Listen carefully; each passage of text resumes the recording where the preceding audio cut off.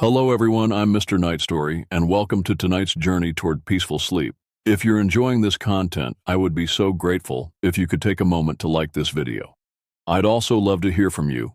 Please feel free to share in the comments where you're watching from and what time it is there. Your kind support truly helps me continue creating these relaxing experiences for you.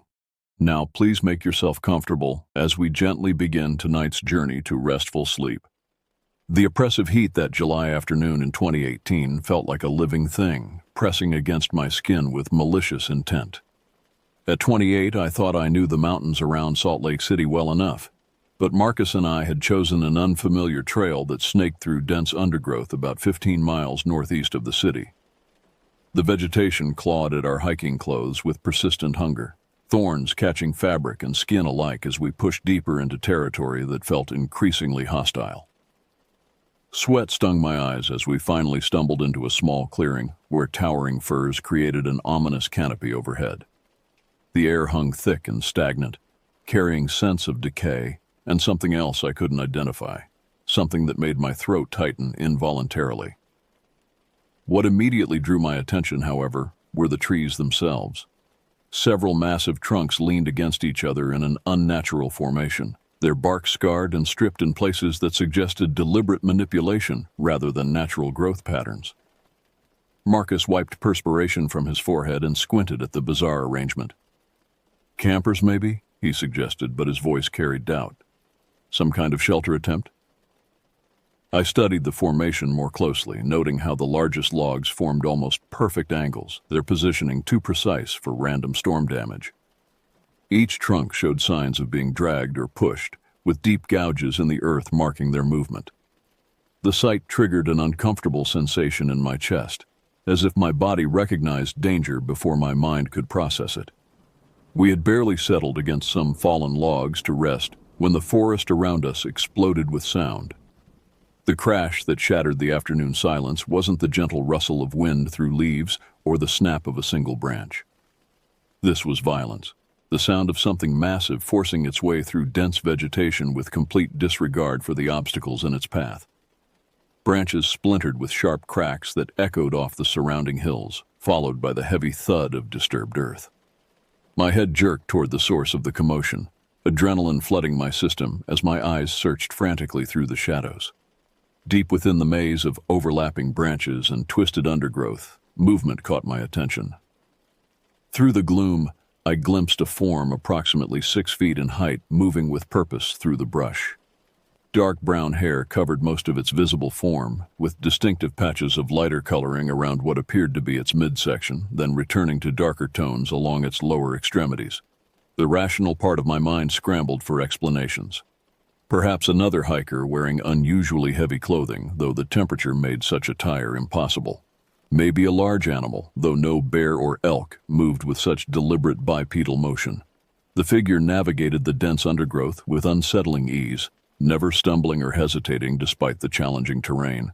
"Hello," I called out, my voice emerging higher and tighter than intended. "Is someone there?" Marcus had already risen to his feet, pushing aside low-hanging branches in an attempt to gain a clearer view. The silence that followed my call felt oppressive, as if the entire forest had collectively held its breath. No response came, not even the natural sounds of birds or small animals that should have populated such an environment. We crept forward cautiously, scanning the ground for any evidence of passage. The thick layer of pine needles revealed only a single, unmistakable impression, a depression far larger and deeper than any human foot could create. The print stretched nearly 18 inches in length, with what appeared to be toe impressions at one end and a heel mark that had compressed the organic matter several inches into the earth. My size 11 hiking boots looked absurdly small beside the impression. The sight sent ice through my veins, though I struggled to maintain composure.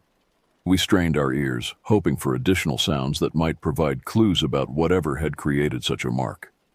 The silence stretched on, absolute and unnatural, as if every living creature in the immediate area had fled. Standing in that clearing, surrounded by the evidence of something beyond normal explanation, I felt the first tendrils of genuine fear beginning to take root. The oppressive heat seemed to intensify, making each breath feel labored and insufficient. Despite every instinct screaming that we should investigate further, a deeper survival mechanism urged immediate departure. The hairs on my arms stood erect as we finally decided to continue along the trail, leaving the mysterious formation and its secrets behind.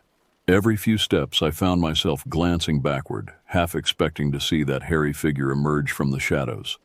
The simple day hike I had planned had transformed into something else entirely. A journey that left me questioning everything I thought I knew about the wilderness around my home.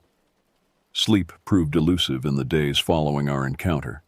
Each time I closed my eyes, vivid images flooded my mind. The unnatural arrangement of trees, that massive footprint pressed deep into the forest floor, and most disturbing of all, the fleeting glimpse of something that moved with intelligence through the undergrowth. The memory replayed with obsessive persistence, each detail becoming more pronounced rather than fading as memories typically do. During daylight hours, rational explanations felt possible. Perhaps the heat had affected my perception, or shadows had created illusions that my mind interpreted as something extraordinary. But in the darkness of my bedroom, surrounded by the familiar sounds of civilization, those explanations crumbled. The encounter had possessed a quality of absolute reality that no amount of rationalization could diminish. Marcus experienced similar difficulties adjusting to normal routine. When we spoke by phone 3 days later, his voice carried the same undercurrent of unease that had been plaguing me. "I keep thinking about that print," he admitted. "I've been researching online, looking at photos of bear tracks, elk prints, anything that might explain what we saw." "And?" I prompted, though I suspected his research had yielded the same troubling conclusions as my own. "Nothing comes close. The size, the shape, the depth of the impression, it doesn't match any known animal in this region. Hell, it doesn't match any known animal anywhere." The admission hung between us, carrying implications neither of us wanted to acknowledge directly. We had both reached the same inevitable conclusion. We needed to return. The question wasn't whether we would go back, but when and with whom. "We can't do this alone," I stated, voicing what we both understood. "If there's something out there, something that can leave prints like that and move through the forest with such power, we need backup." Marcus agreed readily, relief evident in his voice. "I've been thinking the same thing. Jamie and Preston might be interested. They're both experienced hikers, and Jamie has that new camera equipment from her photography work." The prospect of additional companions provided some comfort, though it also intensified the weight of what we were proposing. By involving others, we were acknowledging that our experience transcended simple misidentification or heat-induced hallucination. We were admitting that something genuinely unknown inhabited the forests near our city, something that warranted investigation despite the obvious risks. Jamie Morrison, a freelance photographer in her early 30s, possessed both the technical skills to document any discoveries and the skeptical mindset that would help evaluate our claims objectively. Preston, her longtime hiking partner, brought practical outdoor experience and a level-headed approach to problem-solving. When we contacted them, their initial reactions followed predictable patterns. Polite interest mixed with barely concealed doubt. "You're talking about Bigfoot," Jamie said during our meeting at a local coffee shop, her tone suggesting gentle mockery. "You realize how that sounds, right?" "I realize how it sounds," I replied, maintaining eye contact. "I also know what I saw, and more importantly, I know what evidence we found. If you're not interested, I understand completely, but we're going back either way." Preston leaned forward, his expression more serious than his companion's. "Describe the footprint again. Exact dimensions, depth, any details about toe impressions or gait pattern." I provided the description as precisely as memory allowed, noting the 18-inch length, the significant depth that had compressed layers of organic material, and the general shape that suggested a foot structure unlike any known animal. Preston's skepticism visibly diminished as I spoke, replaced by growing curiosity. "That's substantial," he admitted. "If you're describing it accurately, we're talking about something that weighs several hundred pounds, moves on 2 legs, and has feet that don't match any documented species." Jamie's expression had also shifted, her initial amusement giving way to genuine interest. "Assuming you're not completely delusional," she said with a slight smile, "this could be significant. At minimum, it's worth documenting properly. We spent the next hour planning our return expedition. Unlike our initial casual hike, this venture would require serious preparation. We needed additional supplies, proper documentation equipment, emergency communication devices, and most importantly, a clear strategy for what to do if we encountered whatever had left that massive footprint. The preparation phase lasted nearly a week, during which my anticipation and anxiety grew in equal measure. Each night brought dreams of shadowy figures moving through dense vegetation, accompanied by sounds that human vocal cords could never produce. I found myself jumping at unexpected noises, constantly scanning wooded areas during my daily commute, and experiencing a persistent sensation of being observed. By the time we assembled for our second expedition, my nerves had reached a state of constant tension. The four of us gathered at the trailhead before dawn, our backpacks loaded with cameras, audio recording equipment, sample collection materials, and enough emergency supplies to handle unexpected overnight circumstances. The eastern horizon showed the first hints of daylight as we began our ascent into territory that had haunted my thoughts for over a week. The pre-dawn darkness that surrounded us as we began our second expedition carried an oppressive quality that seemed to muffle sound and distort perception. Our flashlight beams created narrow tunnels of visibility through the dense undergrowth. But beyond those cones of artificial light, the forest remained impenetrable and threatening. Every shadow could conceal watching eyes, every sound might herald approaching danger. Jamie adjusted her camera equipment as we walked, checking settings and battery levels with the methodical precision of a professional. "If we encounter anything unusual, don't move suddenly," she instructed. "Sudden movements can trigger aggressive responses in wild animals, and they'll also ruin any photographic evidence." Preston carried a GPS device and emergency beacon, marking our route with waypoints that would allow rescue teams to locate us if circumstances deteriorated. His military background showed in the systematic way he approached the unknown terrain, constantly evaluating potential escape routes and defensive positions.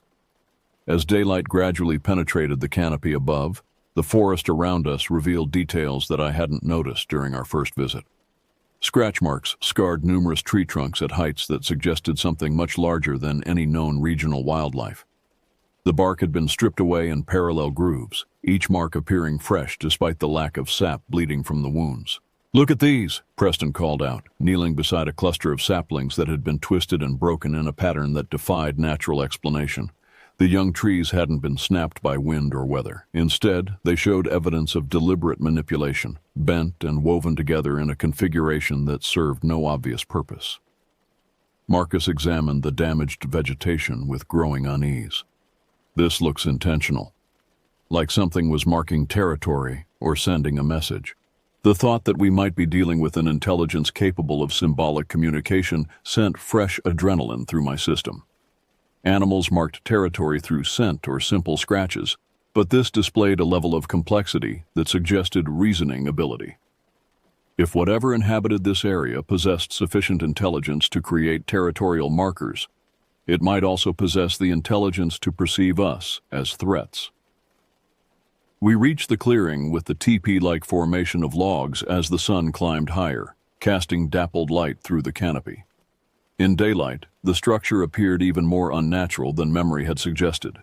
The logs had been arranged with geometric precision, their placement requiring significant strength and spatial reasoning. Measuring the largest trunk, we determined it weighed several hundred pounds, far beyond the lifting capacity of any individual human. Jamie began photographing the formation from multiple angles, while Preston took detailed measurements. The precision of the construction became more apparent under close examination. Each log had been positioned to bear weight efficiently, creating a framework that could potentially support additional material. The configuration suggested not just intelligence, but engineering knowledge. "This isn't random," Jamie stated as she reviewed images on her camera display. "Whatever built this understood structural principles. See how each support log is angled to distribute weight toward the center? This is sophisticated construction." As we documented the site, an overwhelming sensation of being observed began to intensify. The feeling started as a vague unease, but gradually developed into absolute certainty that unseen eyes were tracking our every movement. The back of my neck prickled constantly, and peripheral vision seemed to catch movement that vanished when examined directly. Preston felt it too. His posture became increasingly alert, his attention divided between our documentation efforts and scanning the surrounding vegetation. "We're not alone," he said quietly, his voice carrying the confidence of someone trained to recognize threat indicators. The admission that I wasn't imagining the sensation provided little comfort. If experienced military training confirmed the presence of an observer, our situation had moved from potentially dangerous to actively threatening. Whatever watched us possessed sufficient stealth to remain completely hidden despite our heightened awareness and systematic searching. Marcus had been examining the base of the structure when he discovered something that made his breath catch audibly. "Over here," he called, his voice tight with tension. "You need to see this." Embedded in the soft earth around the log formation were additional footprints, these even clearer than the single impression we had found previously. The prints formed a rough circle around the structure, suggesting that whatever had built it also regularly patrolled the perimeter. Each impression showed remarkable detail: individual toe marks, arch structure, and heel patterns that matched no known species. "My God," Jamie whispered as she began photographing the prints. "These are incredible. The detail, the size, the clear anatomical structure. This is going to change everything." But even as excitement over the discovery grew, the sensation of being watched intensified to an almost unbearable degree. The observer was close now, very close, and our presence at its construction site was clearly not welcome. The forest around us had fallen into that same unnatural silence we had experienced during our first encounter, as if every living creature recognized approaching danger and sought concealment. That's when we heard the breathing. The sound that froze our blood wasn't the rapid panting of an animal in distress or the measured breathing of a sleeping creature. This was deep, deliberate respiration that carried an unmistakable quality of control and awareness. Each inhalation lasted several seconds, followed by equally prolonged exhalations that seemed to emerge from multiple locations around our position. We stood motionless, our own breathing unconsciously synchronized with the rhythm that surrounded us. The sound suggested massive lung capacity, far exceeding human norms, but also indicated conscious regulation that implied higher intelligence. Whatever watched us was managing its respiration to remain concealed while maintaining optimal oxygen intake for potential sudden movement. Preston's military training became evident as he slowly raised his hand, signaling for absolute stillness. His eyes moved constantly, attempting to pinpoint the source of the breathing without making sudden movements that might trigger aggressive action. The GPS device on his belt showed our exact coordinates, but that information would prove useless if we never had opportunity to transmit it. Jamie's camera remained ready, though she made no attempt to raise it toward the sounds. The breathing seemed to shift position periodically, suggesting our observer was mobile and possibly circling our location.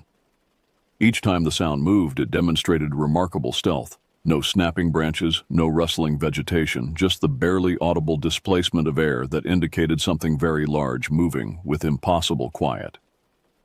Minutes passed in this suspended state, our nerves stretched to breaking point as we waited for either revelation or attack. The breathing continued its measured pattern, sometimes seeming to come from directly behind us, other times emanating from the dense undergrowth to our left or right. The creature was definitely circling, studying us with the patience of a predator evaluating potential prey. Then, without warning, the breathing stopped entirely. The silence that followed felt more threatening than the sounds had been. At least while we could hear our observer, we maintained some awareness of its location. Now, it could be anywhere, directly behind us, crouched in the vegetation ahead, or positioned above us in the thick canopy. The complete absence of sound suggested either departure or preparation for action, and neither possibility provided comfort. Marcus was the first to break discipline, turning his head slowly to scan the area behind our position. The movement triggered an immediate response, a low, resonant vocalization that seemed to emerge from the earth itself. The sound wasn't quite a growl, wasn't quite a call, but carried unmistakable warning. Whatever watched us possessed vocal capabilities far beyond any known animal, producing tones that seemed designed to inspire fear rather than communicate specific information. The vocalization lasted nearly 10 seconds, during which I felt my courage rapidly deteriorating. The sound penetrated not just my ears but my entire body, creating vibrations in my chest cavity that suggested massive vocal cords operating at frequencies designed to intimidate. By the time the call faded, my legs were trembling and my mouth had gone completely dry. Preston made a slow, deliberate movement, placing his backpack on the ground and removing the emergency beacon. The device would alert rescue services to our location, but help would require hours to arrive. If our situation deteriorated into immediate physical confrontation, we would face whatever inhabited this territory without assistance.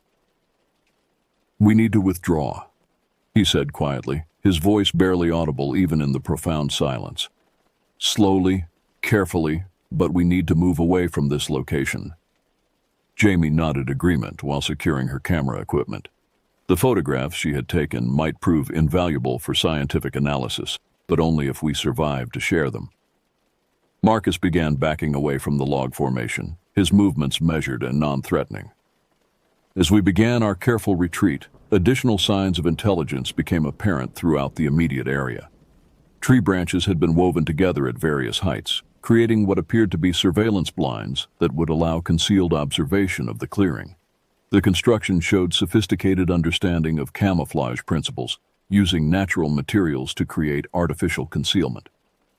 More disturbing were the arranged stones we discovered as we moved away from the central structure. River rocks had been placed in geometric patterns around the perimeter, each arrangement too precise to result from natural processes. The patterns meant nothing to us, but they clearly held significance for whatever had created them. Possibly territorial markers, possibly communication symbols, possibly warning signs we lacked the knowledge to interpret. The breathing resumed as we reached the edge of the clearing, but now it followed us. Our observer was tracking our departure, maintaining surveillance while allowing withdrawal. The behavior suggested territorial rather than predatory motivation. We were being escorted away rather than stalked for attack. The realization provided minimal comfort. Territorial behavior implied that we had intruded upon claimed space, and the creature's response would depend entirely upon whether it perceived our retreat as sufficient compliance or merely tactical repositioning. If it suspected we might return with additional humans or equipment, tolerance could quickly transform into active hostility. As we gained distance from the central clearing, the sensation of being watched gradually diminished. The breathing faded until we could no longer distinguish it from normal forest sounds, and the oppressive atmosphere that had characterized the encounter began to lift. However, none of us relaxed completely. We had penetrated territory belonging to something that possessed both physical power and strategic intelligence, and our brief visit had clearly been tolerated rather than welcomed. The implications of what we had discovered were staggering. Evidence of tool use, structural engineering, territorial marking, and sophisticated surveillance techniques pointed toward an intelligence that challenged fundamental assumptions about human uniqueness. Whatever inhabited the forest near Salt Lake City possessed capabilities that scientific community insisted were impossible for any undiscovered species. Yet the evidence surrounded us, too extensive, too detailed, and too systematically organized to dismiss as coincidence or misinterpretation. Our retreat from the central clearing led us deeper into terrain that showed increasing signs of occupation and modification. What had initially appeared to be virgin wilderness revealed itself under closer examination to be carefully managed territory, shaped by an intelligence that understood both concealment and efficiency. Every 100 yards brought new evidence that we were not dealing with random animal behavior, but with systematic territorial control. Preston discovered the first cache about half a mile from the log formation. Hidden beneath a natural overhang created by fallen boulders, someone or something had stored a collection of objects that defied easy categorization.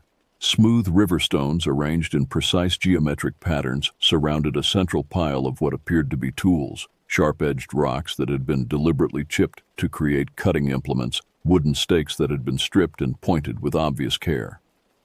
"This is a tool-making site," Jamie said, her voice tight with awe and fear. Look at the consistency of the work, the systematic approach to material selection. This represents planning, foresight, and skill development over extended periods.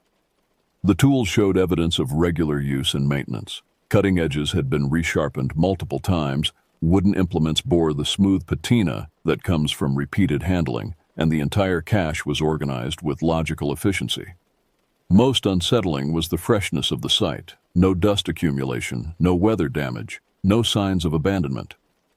Marcus examined the surrounding area and found additional disturbing evidence. "There are more footprints here," he reported. "Multiple sizes, suggesting this area sees regular traffic from more than one individual." The discovery that we might be dealing with a population rather than a solitary creature sent fresh terror through my system. A single unknown entity posed manageable risk. We could potentially avoid contact or negotiate some form of peaceful coexistence. Multiple creatures capable of tool use and territorial organization represented a threat beyond our ability to assess or control. As we continued our exploration, the scope of the territorial modifications became increasingly apparent. Trees had been deliberately killed by ring barking, creating strategic clearings that would provide sightlines for surveillance. Natural game trails had been altered by the placement of obstacles, forcing wildlife to follow paths that could be easily monitored. Most sophisticated were the artificial water collection systems, carved channels that directed rainwater into natural depressions, creating reliable drinking sources during dry periods. "This is habitat engineering," Preston observed, his military training providing framework for understanding the tactical implications. "Whoever or whatever controls this territory has modified it to support extended occupation while maintaining strategic advantage over any intruders." The engineering projects showed remarkable understanding of environmental principles. Water collection systems took advantage of natural topography while minimizing visible alteration of the landscape. Surveillance positions provided excellent visibility while remaining virtually undetectable from below. Escape routes had been prepared by removing obstacles and creating concealed paths through dense vegetation. Jamie documented everything with increasing excitement, though her enthusiasm was tempered by growing awareness of our vulnerability. "This is anthropological goldmine," she said. "Evidence of tool use, environmental modification, territorial organization. We're looking at sophisticated culture that's remained completely hidden from scientific observation." But as her statement hung in the air, we all realized the implications of complete concealment. If this population had successfully avoided detection, despite existing so close to major urban areas, they possessed capabilities for stealth and territory defense that made our continued presence extremely dangerous. We were documenting evidence of intelligence while remaining under constant surveillance by that same intelligence. The afternoon sun had begun to sink toward the western horizon when we made the most disturbing discovery of our expedition. Hidden in a dense grove of aspens, partially concealed by carefully arranged branches and vegetation, was what could only be described as a shelter. The structure incorporated living trees as support posts, with additional wooden beams that had been precisely shaped and fitted without the use of metal fasteners or modern construction techniques. The shelter showed evidence of regular habitation. The floor had been covered with layers of pine needles and moss, creating a soft surface that would provide insulation and comfort. Ventilation had been carefully planned with gaps in the roof structure that would allow smoke to escape while preventing rain penetration. Most unsettling were the personal items, carved wooden objects whose purpose we couldn't determine, but which clearly represented artistic expression rather than mere functionality. "We need to leave," I said, my voice hoarse with fear. "We're not just observing their territory anymore. We're inside their home." The others agreed immediately. Discovering a permanent dwelling structure meant we had penetrated far deeper into occupied territory than prudent exploration warranted. If the inhabitants returned to find us examining their shelter, our presence would likely be interpreted as a direct threat requiring immediate response.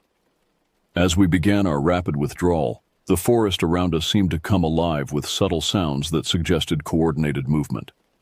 Branches rustled in patterns that indicated deliberate rather than random displacement, and occasional distant calls echoed between hills in sequences that resembled communication rather than animal vocalizations. "They're tracking us," Preston said quietly. "Multiple individuals, staying parallel to our route, probably preparing to intercept if we move in the wrong direction." The realization that we were being herded by multiple unknown entities turned our retreat into barely controlled panic. Every shadow could conceal watching eyes. Every sound might herald approaching confrontation. The territory that had seemed merely mysterious during our initial exploration now revealed itself as a carefully controlled domain where we existed only at the sufferance of its true inhabitants. Our hiking pace increased beyond sustainable levels as fear overcame endurance considerations. The trail that had seemed relatively easy during our inward journey now appeared to stretch endlessly ahead, each turn potentially bringing us face to face with creatures that possessed every possible advantage over our small, isolated group. By the time we reached familiar territory near the trailhead, exhaustion had combined with terror to create a state of near hysteria. We had discovered evidence of a hidden civilization existing within miles of urban development, but our documentation had been accomplished at the cost of demonstrating our own vulnerability to beings whose capabilities remained completely unknown. The implications would haunt us for weeks to come. The evidence we had gathered during our second expedition demanded serious consideration of possibilities that challenged fundamental assumptions about undiscovered species and territorial occupation. 3 weeks passed before any of us felt prepared to discuss what we had witnessed, and even then, our conversations carried undertones of doubt and fear that made rational analysis nearly impossible. Jamie's photographs provided undeniable documentation of sophisticated construction techniques, tool manufacture, and environmental modification. The images showed clear evidence of intelligence applied systematically over extended periods, but they also captured subtle details that suggested we had barely glimpsed the surface of a complex territorial system. "Look at this sequence," she said, spreading prints across my kitchen table during one of our analysis sessions. "The water collection channels show engineering principles that account for seasonal flow variations. Whoever designed these systems understood hydrology, soil composition, and long-term climate patterns." Preston had used his military contacts to research similar incidents in other mountainous regions, discovering scattered reports of unexplained territorial modifications that matched our observations. Most investigations had been abandoned due to lack of institutional support, but the pattern of discoveries suggested our encounter represented part of a much larger phenomenon. "There are similar reports from the Cascade Range, the Appalachians, even remote areas of Canada," he explained. "Always the same elements: sophisticated construction, tool use, territorial marking, and complete avoidance of human contact. The consistency suggests either coordinated behavior across vast distances or parallel evolution of similar capabilities." Marcus had become obsessed with analyzing the vocalizations we had recorded during our encounters. Using audio software borrowed from his workplace, he had isolated and enhanced the sounds until their non-animal characteristics became undeniable.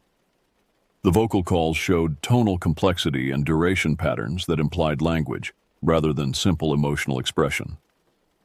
"These aren't animal sounds," he stated with absolute confidence. "The frequency modulation, the rhythmic patterns, the way different calls seem to respond to each other, we're dealing with a communication system that may be more sophisticated than human language." The accumulating evidence forced us to confront a possibility that none of us wanted to acknowledge directly.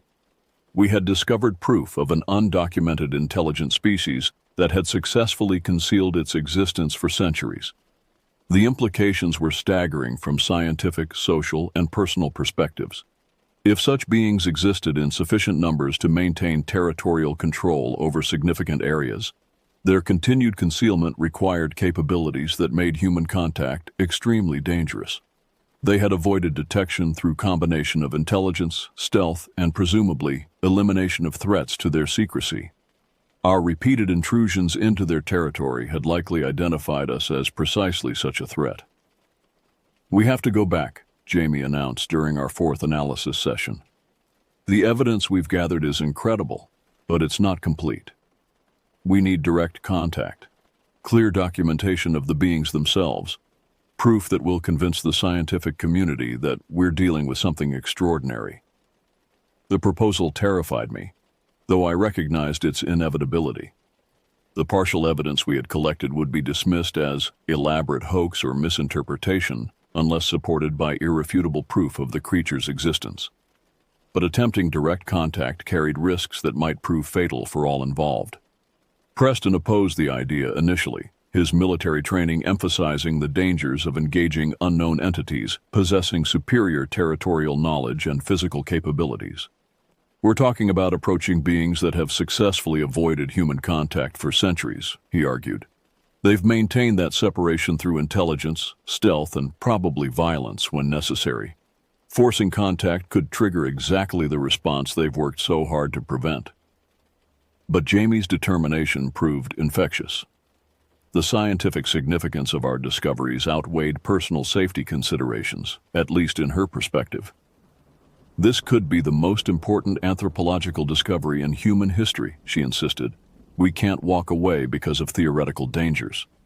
After days of debate, we reached compromise. We would return one final time, but with extensive preparation and safety measures. Emergency beacons would be activated before entering the territory, providing rescue services with our exact location and status. Communication equipment would allow real-time contact with outside support. Most importantly, we would approach their territory openly, making no attempt at concealment that might be interpreted as hostile reconnaissance.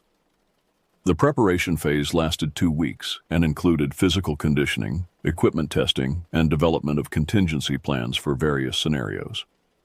We studied everything available about non-human intelligence, interspecies communication, and peaceful contact protocols. Most research proved irrelevant to our situation, but the process helped us think systematically about the unprecedented challenges we would face. Preston insisted on additional safety measures, including cached supplies positioned along our intended route and arrangement for regular check-ins with external contacts who would alert authorities if we failed to report as scheduled. The preparations made our expedition feel like military operation rather than scientific inquiry, but the complexity reflected the genuine dangers we expected to encounter. As our departure date approached, my anxiety reached levels that made normal daily functioning nearly impossible. Dreams featured shadowy figures moving through dense forest, accompanied by vocalizations that seemed designed to inspire terror rather than communicate information. During waking hours, I found myself constantly scanning wooded areas during my commute, imagining that hidden eyes tracked my movements even in suburban environments. The night before our final expedition, none of us managed more than a few hours of fitful rest. We had committed ourselves to direct contact with beings whose capabilities remained largely unknown in territory where they possessed every possible advantage. The scientific value of potential discoveries provided motivation, but it could not eliminate the very real possibility that we might not survive the encounter. Our equipment included audio recording devices, high-resolution cameras, sample collection materials, and enough emergency supplies to survive several days if circumstances prevented immediate withdrawal. Most importantly, we carried no weapons, an intentional decision that we hoped would be interpreted as peaceful intent rather than vulnerability. As dawn approached, we gathered at the trailhead for what we all understood might be our final journey into territory that belonged to beings whose existence challenged everything science claimed to understand about intelligence, evolution, and the natural world. The morning of our final expedition dawned with crystalline clarity that made every detail of the landscape appear hyper-real and threatening. As we began our ascent into territory that had haunted my thoughts for weeks, the familiar weight of being observed settled over us like a shroud. This time, however, the sensation carried different implications. We were no longer accidental intruders stumbling upon evidence of unknown inhabitants. We were deliberate visitors seeking direct contact with beings that had clearly demonstrated their desire for concealment. By the time we reached the central clearing with its teepee formation of logs, the feeling of surveillance had intensified to an almost unbearable degree. Multiple observers tracked our movements, their presence felt rather than seen. their attention focused with the intensity of predators evaluating potential prey. The breathing sounds that had characterized our previous encounter were absent, replaced by a silence so complete it seemed to muffle even our own footsteps. Preston activated our emergency beacon and established communication with our external contact, reporting our arrival at the first checkpoint. The brief radio conversation felt like contact with another world, the normal human realm of technology and urban civilization that existed just miles away, but felt completely separated from our current reality. "They know we're here," Jamie whispered, adjusting her camera settings for optimal documentation. "The question is whether they'll reveal themselves or simply wait for us to leave." As if summoned by her words, movement became visible in the dense undergrowth surrounding the clearing. Not the quick, furtive motion we had glimpsed during previous encounters, but deliberate, controlled displacement that suggested multiple entities positioning themselves for optimal observation. They were no longer hiding their presence, though they remained concealed enough to avoid clear identification. Marcus began setting up audio recording equipment, his movements slow and deliberate to avoid triggering aggressive response. The microphones would capture any vocalizations with sufficient clarity for detailed analysis, potentially providing crucial evidence of language capabilities. As he worked, the rustling in the surrounding vegetation increased, indicating that our activities were generating significant interest among our observers. The first clear vocalization emerged from the forest approximately 20 minutes after our arrival. The sound was unlike anything in our previous recordings, a complex sequence of tones that lasted nearly 30 seconds and seemed to originate from multiple sources. The vocalizations overlapped and intertwined in patterns that suggested coordinated communication rather than random animal calls. "That's definitely language," Marcus said, his voice tight with excitement and fear. Complex syntax, tonal variation, coordinated timing between multiple speakers. We're listening to conversation in an unknown language. As the vocalizations continued, they began to include what sounded like references to our presence. Certain tonal sequences were repeated whenever one of us moved or adjusted equipment, suggesting that our actions were being described or discussed in real time. The implications were staggering. We were not just being observed, but actively analyzed by beings capable of sophisticated linguistic communication. Jamie began photographing the areas where movement was most visible, though the dense vegetation prevented clear images of our observers. The camera's autofocus system worked constantly, trying to lock onto shapes that remained frustratingly indistinct. Occasionally, brief glimpses of dark hair or powerful limbs appeared between branches, but never long enough for definitive documentation. Then, without warning, the forest fell completely silent. The sudden absence of sound felt more threatening than the vocalizations had been. During the communication phase, we had at least maintained some awareness of our observers' locations and activities. Now they could be anywhere, directly behind us, positioned overhead in the canopy, or approaching through concealed routes we couldn't anticipate. Preston drew his emergency flare gun, the only weapon-like device we had brought. The flare would provide minimal defensive capability, but its brilliant illumination might disorient attackers long enough to allow escape. His military training was evident in the systematic way he evaluated potential cover positions and escape routes, though the tactical situation offered few encouraging options. That's when we saw them clearly for the first time.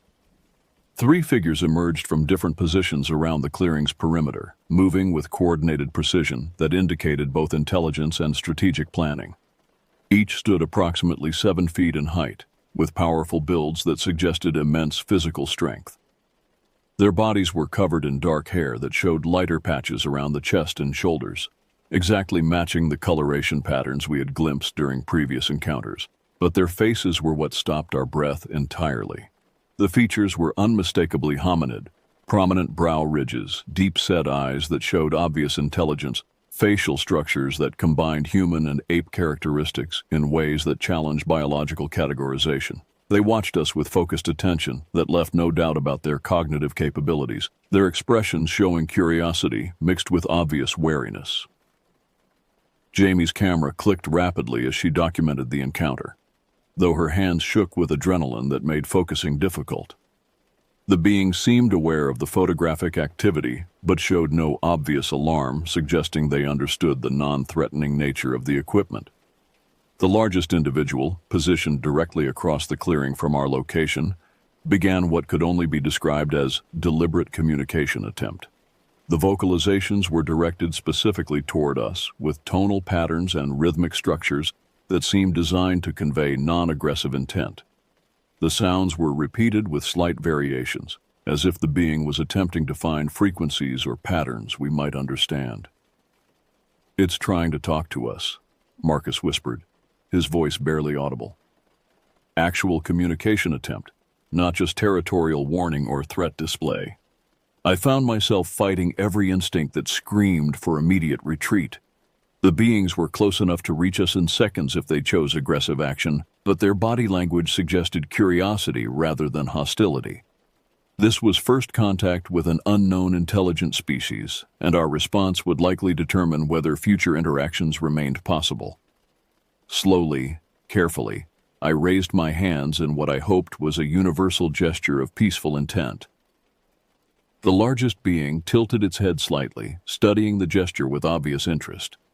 Then, incredibly, it raised its own massive hands in what appeared to be an attempt to mirror my behavior. The moment stretched endlessly, two different species attempting rudimentary communication across an evolutionary gap that science insisted was impossible. Around us, the forest held its breath, as if the natural world recognized the significance of what was occurring.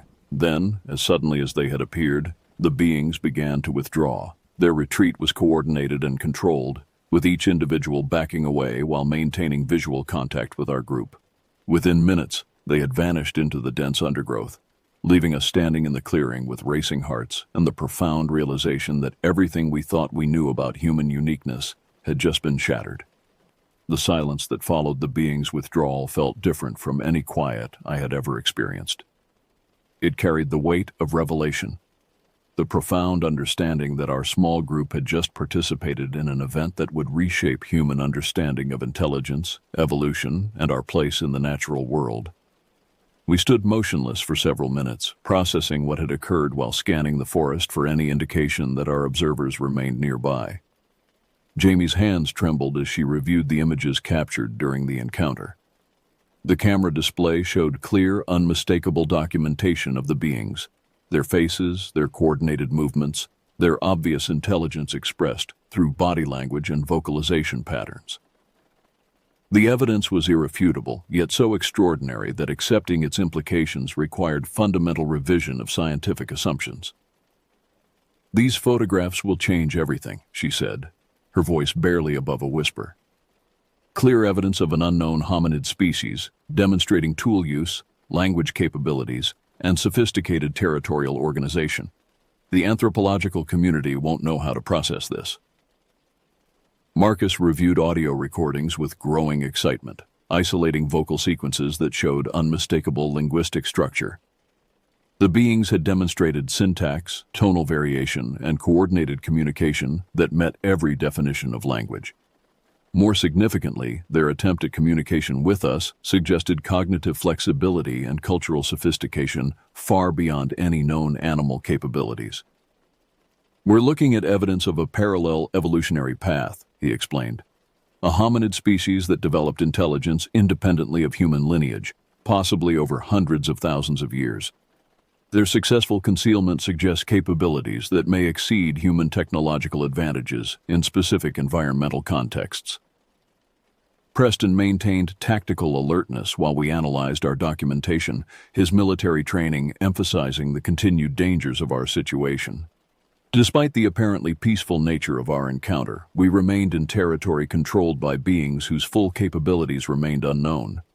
The fact that they had chosen to reveal themselves suggested confidence in their ability to manage any potential threats we might represent.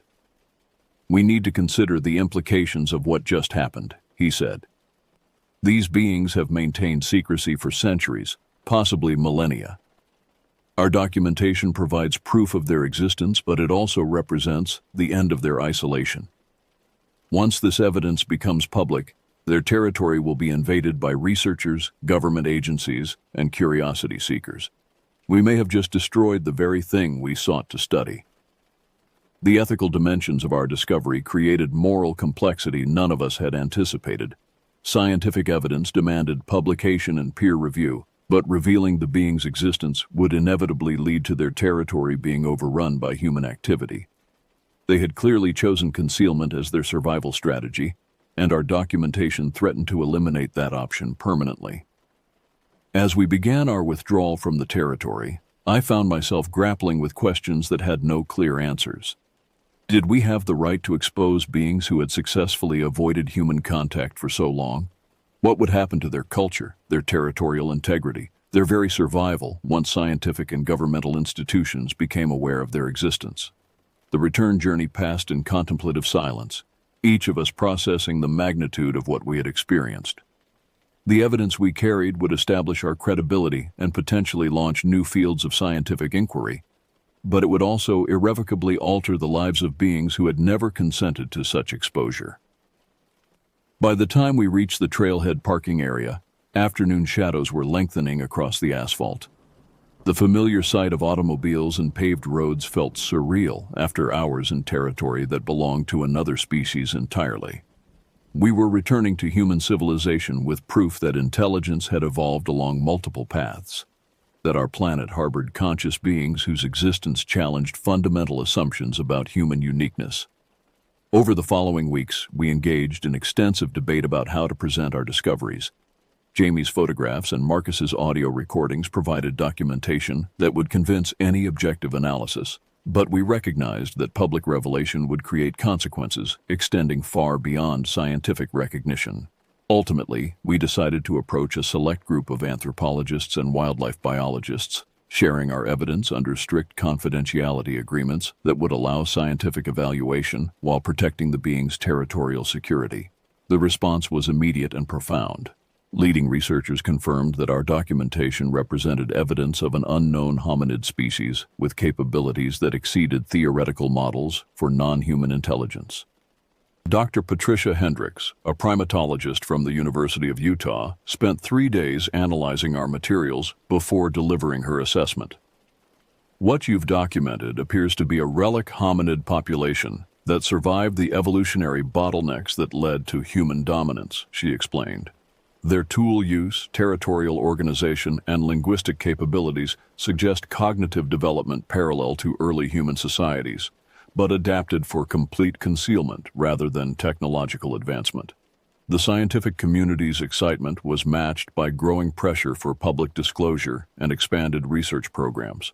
Government agencies began expressing interest in our discoveries, though their motivations seemed more focused on territorial control than species protection. The beings we had encountered with such care suddenly became subjects of institutional planning that paid little attention to their obvious desire for privacy. 6 months after our final expedition, I returned alone to the forest that had changed my understanding of the world. The territory showed clear signs of abandonment. The tool caches had been cleared, the shelters dismantled, the engineering projects systematically destroyed. Whatever populations had inhabited the area for possibly thousands of years had recognized the threat represented by our documentation and responded with complete withdrawal. Standing in the empty clearing where we had experienced first contact with another intelligent species, I felt the full weight of what we had lost through our desire for scientific recognition. The beings were gone, probably relocated to more remote territory where human encroachment would be less likely. Their culture, their territorial knowledge, their unique perspective on intelligence and survival, all had vanished to preserve their continued existence. The photographs and recordings remained, providing permanent documentation of their reality. But the living connection, the possibility of learning from beings who had solved evolutionary challenges through completely different approaches, had been severed by our inability to resist the human compulsion to expose and categorize the unknown. As I walked back toward human civilization, I understood that some discoveries carry responsibilities that extend beyond scientific curiosity. The beings I had encountered possessed their own rights to privacy, territory, and self-determination. Our documentation had protected their reality from dismissal, but it had also ended their isolation forever. The forest closed behind me, keeping its remaining secrets, while I carried the burden of knowledge that could never be shared without destroying what it sought to preserve. In the distance, a single, haunting vocalization echoed between the hills, perhaps a final farewell, perhaps a warning that some mysteries are meant to remain hidden in the shadows of human understanding. The terror I had initially felt had transformed into something deeper and more lasting, the recognition that intelligence takes many forms, and that wisdom sometimes requires accepting limits on human knowledge and control. As civilization's lights appeared ahead, I carried with me the profound understanding that we share this world with others whose presence challenges everything we believe about consciousness, evolution, and our place in the natural order. Some truths are too significant to reveal, too dangerous to ignore, and too important to forget.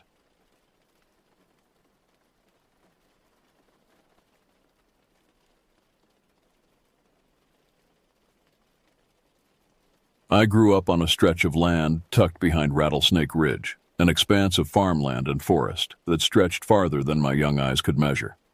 The year was 2015, and I was barely 12 years old when my world felt infinite and safe. For most of my childhood, this place felt like my personal playground, a kingdom where danger was nothing more than scraped knees and bee stings. My older brother Marcus and I spent countless afternoons chasing each other across the rolling fields, our laughter echoing off the weathered barn walls and drifting toward the distant tree line. The property had been in our family for 3 generations, passed down from my great-grandfather who'd carved this life from raw wilderness back in the 1940s.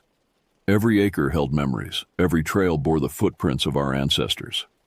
If we wanted a change of pace from racing through the tall grass, we'd wander down to this cluster of thin alder trees off the lower pasture. The grove sat in a natural depression where spring water collected, creating a perpetually damp environment that kept the soil soft and the trees flexible. The trunks were so supple that you could climb halfway up, wrap your arms around the smooth bark, then lean forward and ride them back down like a giant springboard. It was pure exhilaration, the moment when you'd commit your weight forward, feeling the tree bend beneath you, branches snapping and whipping past your face as you descended in a controlled fall. The ground would rush up to meet you, and both of us would hit the soft earth whooping with excitement, our clothes stained with mud and bark fragments.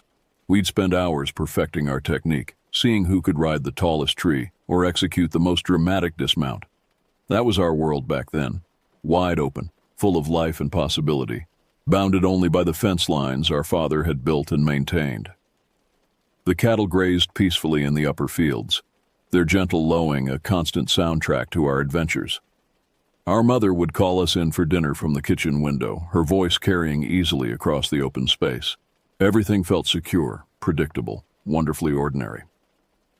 The farmhouse itself was a 2-story structure built in the 1960s, with white clapboard siding that needed repainting and a wraparound porch where we'd sit on summer evenings, watching fireflies dance in the twilight.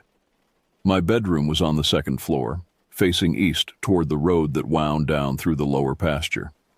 From my window, I could see almost the entire length of our property, from the upper hayfields down to where our land met the state forest.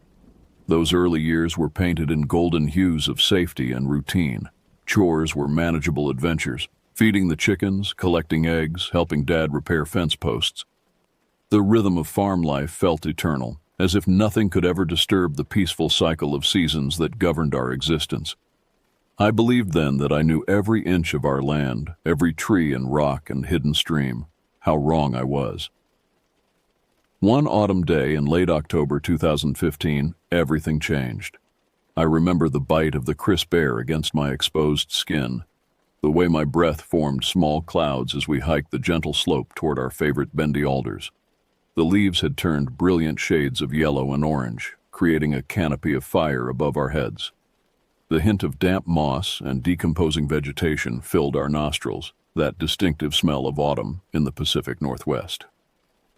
Marcus and I were already knee-deep in mud by the time we reached the grove, our boots making obscene sucking sounds with each step.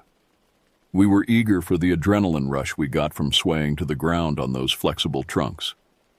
It had become our ritual, our way of claiming dominance over this small corner of wilderness that felt entirely ours. The familiar sounds of our games filled the air. Snap, crash, the normal, everyday noises that went along with our tree-riding adventures. We knew what breaking branches sounded like. Small twigs made a quick pop, like cap guns firing. Thicker ones created this deeper crack that resonated through the grove. Medium-sized branches produced a sharp report followed by the rustling cascade of leaves and debris. It never scared us, not until we heard something that shouldn't have been there. We'd just finished a particularly successful round of our makeshift tree surfing. Marcus had managed to ride a trunk almost to the ground before executing a perfect roll that left him laughing and covered in wet leaves. I was preparing for my turn, sizing up a particularly promising alder, when a different kind of snapping started echoing through the grove. This wasn't the clean break of a branch under pressure. This was something else entirely, louder, heavier, more violent. It cut through the air with a force I'd never experienced, like the sound of entire trees being torn apart at their base. The noise had a wet, organic quality that made my stomach clench with inexplicable dread. Marcus glanced at me, his mud-streaked grin twisting into alarm, and I realized he heard it too. The expression on his face mirrored my own growing terror. Eyes wide, mouth slightly open, body frozen in the universal posture of prey, sensing a predator. We both stopped moving, our playful energy evaporating like morning mist. The cracking sounds kept rolling in, growing louder with each passing second, as if logs 2 or 3 times thicker than the ones we were playing on were being systematically destroyed. The rhythm was irregular, chaotic, but there was an intelligence behind it that made the hair on my arms stand on end. This wasn't the random destruction of a storm or the methodical work of human machinery. I tried desperately to make sense of what we were hearing.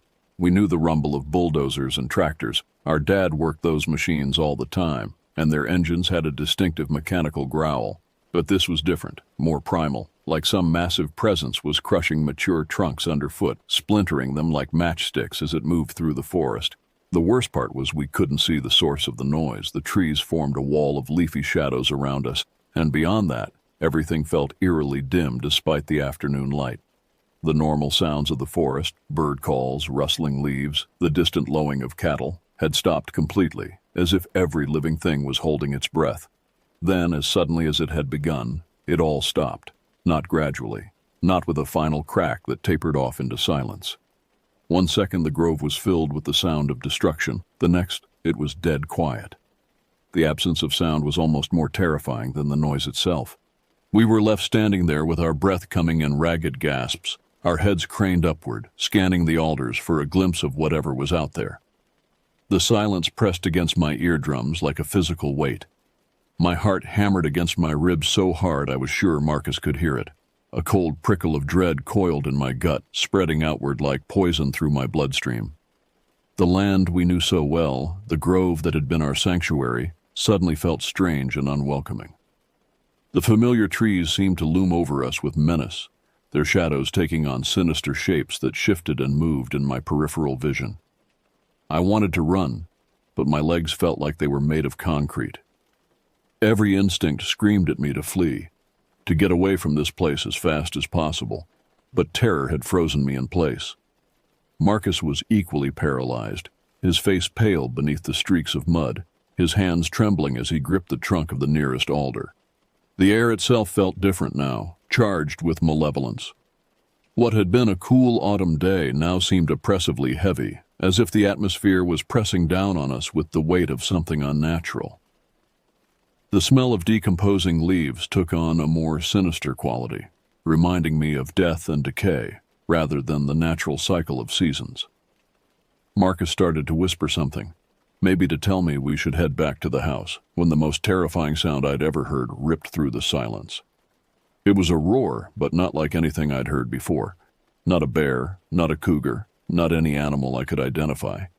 It was impossibly deep and powerful, seeming to come from everywhere at once. The sound hit me like a physical blow, reverberating through my chest cavity and making my bones ache. It carried undertones of rage and hunger that bypassed my rational mind and spoke directly to some primitive part of my brain that still remembered when humans were prey.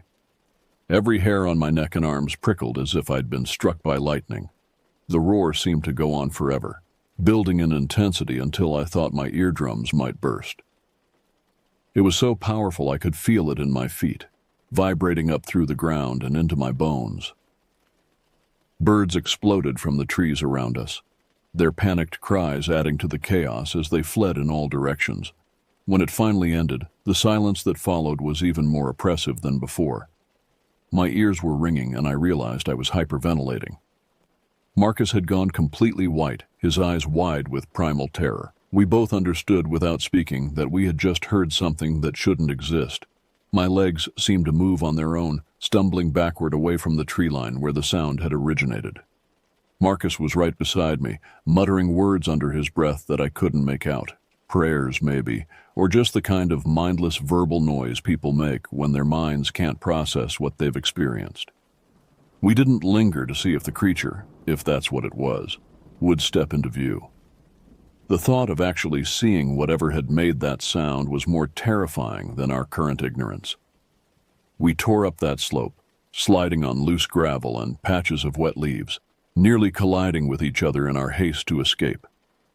I remember the metallic taste of adrenaline flooding my mouth, the way my heart felt like it might explode from the strain. Behind us, the grove remained silent, but I could feel something watching us retreat. The sensation of unseen eyes tracking our movements made my skin crawl and added speed to our desperate flight. When we reached the house, we barged in through the back door, panting so hard it took a full minute before either of us could speak coherently. Our mother stood at the kitchen sink, alarmed by our sudden disheveled appearance. We were covered in mud and leaves, our faces flushed from exertion and terror, our eyes still wide with shock. As soon as we tried to explain, babbling about snapping trees and an impossible roar that seemed to come from hell itself, her face softened into a look I recognized all too well. It was the expression adults get when they think children are letting their imaginations run wild. Patient but dismissive, kind but utterly unconvinced. "Probably just a bear," she said with that maddeningly calm tone parents use when they think they're being reasonable. "Or you two just got yourselves worked up playing in those trees. You know how sounds can echo strangely in the forest." No matter how hard we insisted it was bigger, louder, more frightening than any bear could possibly be, she wouldn't budge from her explanation.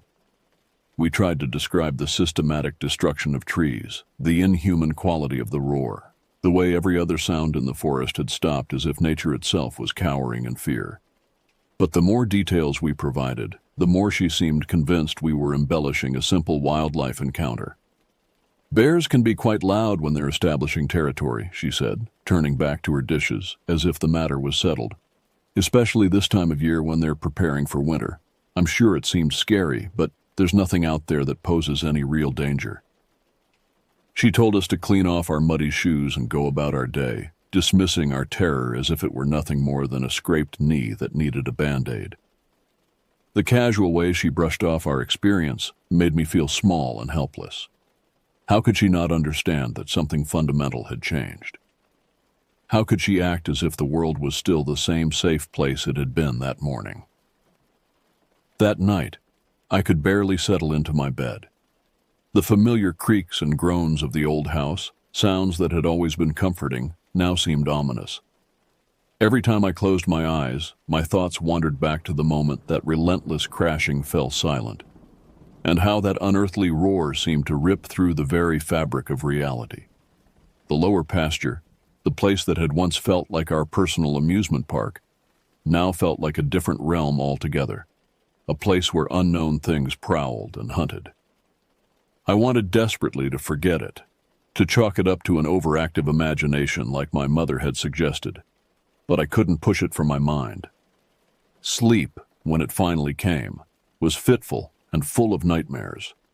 I dreamed of enormous shapes moving through the darkness, of trees being torn apart by invisible hands, of roars that made the earth itself tremble. I would wake in cold sweats, my sheets soaked with perspiration, my heart racing as I strained to listen for sounds from outside. During the day, I found myself constantly glancing toward the lower pasture, expecting to see some sign of the previous day's encounter. But the grove looked exactly as it always had, peaceful, innocent, giving no hint of the terror it had hosted. This somehow made everything worse, as if the land itself was conspiring to make me doubt my own memories. I began to understand why people didn't report strange encounters. It wasn't just the fear of ridicule. It was the way reality seemed to reassert itself, making the extraordinary seem impossible even to those who had experienced it firsthand. But I knew what I had heard, and I knew that our little corner of paradise had been invaded by something that shouldn't exist. It had been 3 weeks since that day in the alder grove, and I was still on edge, every waking moment.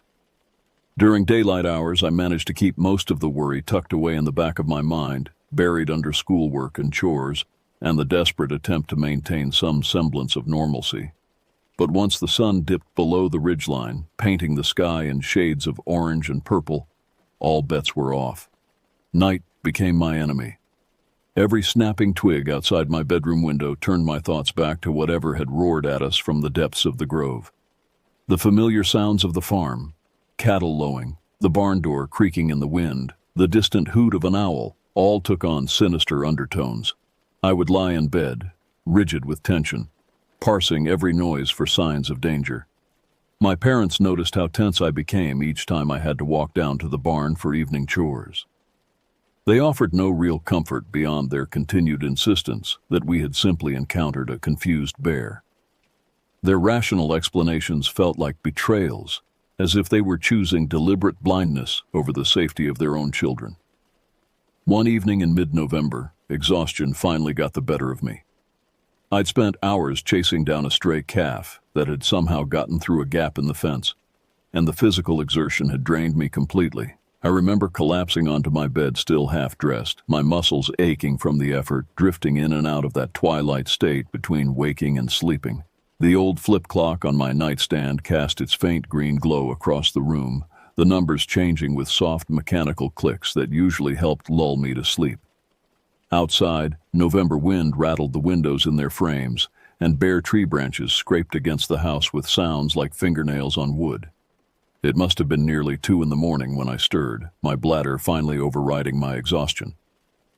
The clock display read 1:47, those bright, illuminated numbers casting a hazy light that made everything else in the room seem even darker by comparison. My eyes felt gritty with fatigue, but nature was calling insistently. I swung my feet over the edge of the mattress, the hardwood floor cold against my bare soles. That was when I happened to glance toward the window, and my blood turned to ice in my veins. At first, I saw just the road, the familiar dirt path that wound down through the lower pasture toward the state forest. We'd cleared several trees near the house the previous summer to improve the view, so I had an unobstructed sightline all the way to the tree line. The moon was full and high, bathing everything in that peculiar silver light that makes the world look like a black and white photograph. I blinked hard, trying to convince myself that fatigue was playing tricks on my vision. But there, off to the right near the edge of the forest, something was moving. As I watched in mounting horror, it stepped into clearer view. The figure was impossibly tall and broad, unlike any human being I'd ever seen. Even at a distance of several hundred yards, I could make out the dark silhouette of massive shoulders that seemed to dwarf the fence posts nearby. Its head looked proportionately huge, though the darkness made it impossible to discern any features. The thing's entire body seemed to radiate a kind of wrongness that made my skin crawl. Our property line fence down there was exactly 5 feet tall. I knew because I'd helped Dad install it the year before. Yet this figure's torso hovered well above it, suggesting a height that had to be at least 8 or 9 feet. The scale was all wrong, like something from a nightmare had stepped into the real world.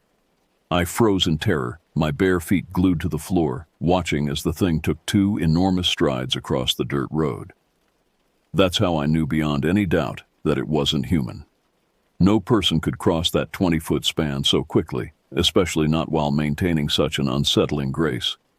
It moved like it weighed nothing, gliding across the ground with a fluidity that defied physics. My thoughts immediately flashed back to that explosive roar in the alder grove, and a jolt of pure terror coursed through my nervous system. The connection was undeniable. This had to be the same entity, some unknown creature that had claimed our land as part of its territory. Any lingering hope that I'd imagined everything before evaporated in that moment. The thing moved with purpose, Not like an animal wandering randomly, but like something with intelligence and intent. It paused at the edge of the road, and for a heart-stopping moment, I thought it might be looking directly at the house. At me. The sensation of being observed by something inhuman and potentially hostile made every nerve in my body scream in alarm. Panicking, I reached over with trembling hands to flip my clock face down, afraid that even that mild green glow might give away my presence. The room plunged into complete darkness, but somehow that made things worse. Now I couldn't see what the creature was doing, couldn't tell if it was approaching the house or moving away. I inched myself lower on the mattress, doing my best to slip completely out of view while still maintaining a tiny sliver of vision through the bottom corner of the window. Every breath felt like it echoed through the entire room, and I was certain the thundering of my heart could be heard for miles. The bed springs creaked softly under my weight, and I froze, terrified that the sound might attract the thing's attention. 1,000 questions tore through my mind in rapid succession. Would it come closer to the house? Could it peer into my window if it wanted to? Did it know I was watching? Was it intelligent enough to understand what a house was, what it contained? The uncertainty was almost worse than direct confrontation would have been. I had never felt so vulnerable, pressed into the creaking springs of my own bed like a frightened child hiding from the monster in the closet. Except this monster was real, and it was standing in my backyard, and no amount of reasoning or adult reassurance could make it go away. Outside, the figure moved again, its massive form disappearing behind the angled slope of the hill that led down to the state forest. I wanted to feel relief, but instead I was gripped by a new fear. What if it was circling around? What if it knew exactly where I was and was simply choosing its approach? I lay there in the darkness, completely motionless, praying to God that it would keep going, that it would return to whatever dark corner of the wilderness it called home. My muscles ached from tension, and I realized I was holding my breath without meaning to. The urge to leap up and run to my parents' room battled with the primal instinct to remain absolutely still and silent. Minutes crawled by like hours. The old house settled around me with its usual collection of pops and creaks, but now every sound seemed amplified and threatening. A branch scratched against the window, and I nearly screamed before recognizing the familiar noise. My nervous system was so overloaded that I was jumping at shadows. After what felt like an eternity, the normal sounds of night gradually returned. A frog began croaking somewhere near the stream that ran behind the barn. An owl hooted in the distance. These ordinary noises should have been comforting, but instead they felt like a mockery of the terror I'd just experienced. Still, I stayed pinned in place, afraid to move, afraid to breathe too loudly, afraid that any sign of life from my window might bring the creature back. Dawn eventually crept in through the glass, orange light stretching across the floor like searching fingers. Only then did I dare to shift position, my body aching from being tensed for hours. When I finally looked outside in the growing daylight, the pasture appeared completely normal. The fence was intact, the road was empty, and there was no sign that anything unusual had ever been there. But I knew what I had seen, and no amount of morning sunshine could erase the memory of that towering silhouette moving across my family's land with impossible grace. The morning after my window siding, I tried one last desperate time to convince my parents that something far more dangerous than any bear was roaming our property. I described the creature's impossible height, its otherworldly movement, the way it had seemed to glide across the road rather than walk. I begged them to take me seriously, to at least consider the possibility that we were dealing with something beyond normal wildlife. My mother cut me off with that same patient smile, telling me to worry less about monsters and more about my chores. My father, equally skeptical, suggested I pack some pepper spray if I was so nervous about going outside. The dismissal was maddening. Here I was, providing eyewitness testimony to something extraordinary and terrifying, and they were treating me like a child afraid of the dark. "You're getting worked up over nothing," Dad said, not even looking up from his morning coffee. "There's nothing out there that can't be explained by normal wildlife behavior. Maybe you saw a bull moose. They can get pretty big." But I knew what a moose looked like, and this hadn't been anything like that. The proportions were all wrong. The movement too fluid, too purposeful. No known animal moved the way this thing had moved. Only Marcus believed me, and that was mostly because he'd been there in the alder grove when the forest had erupted with that terrifying roar.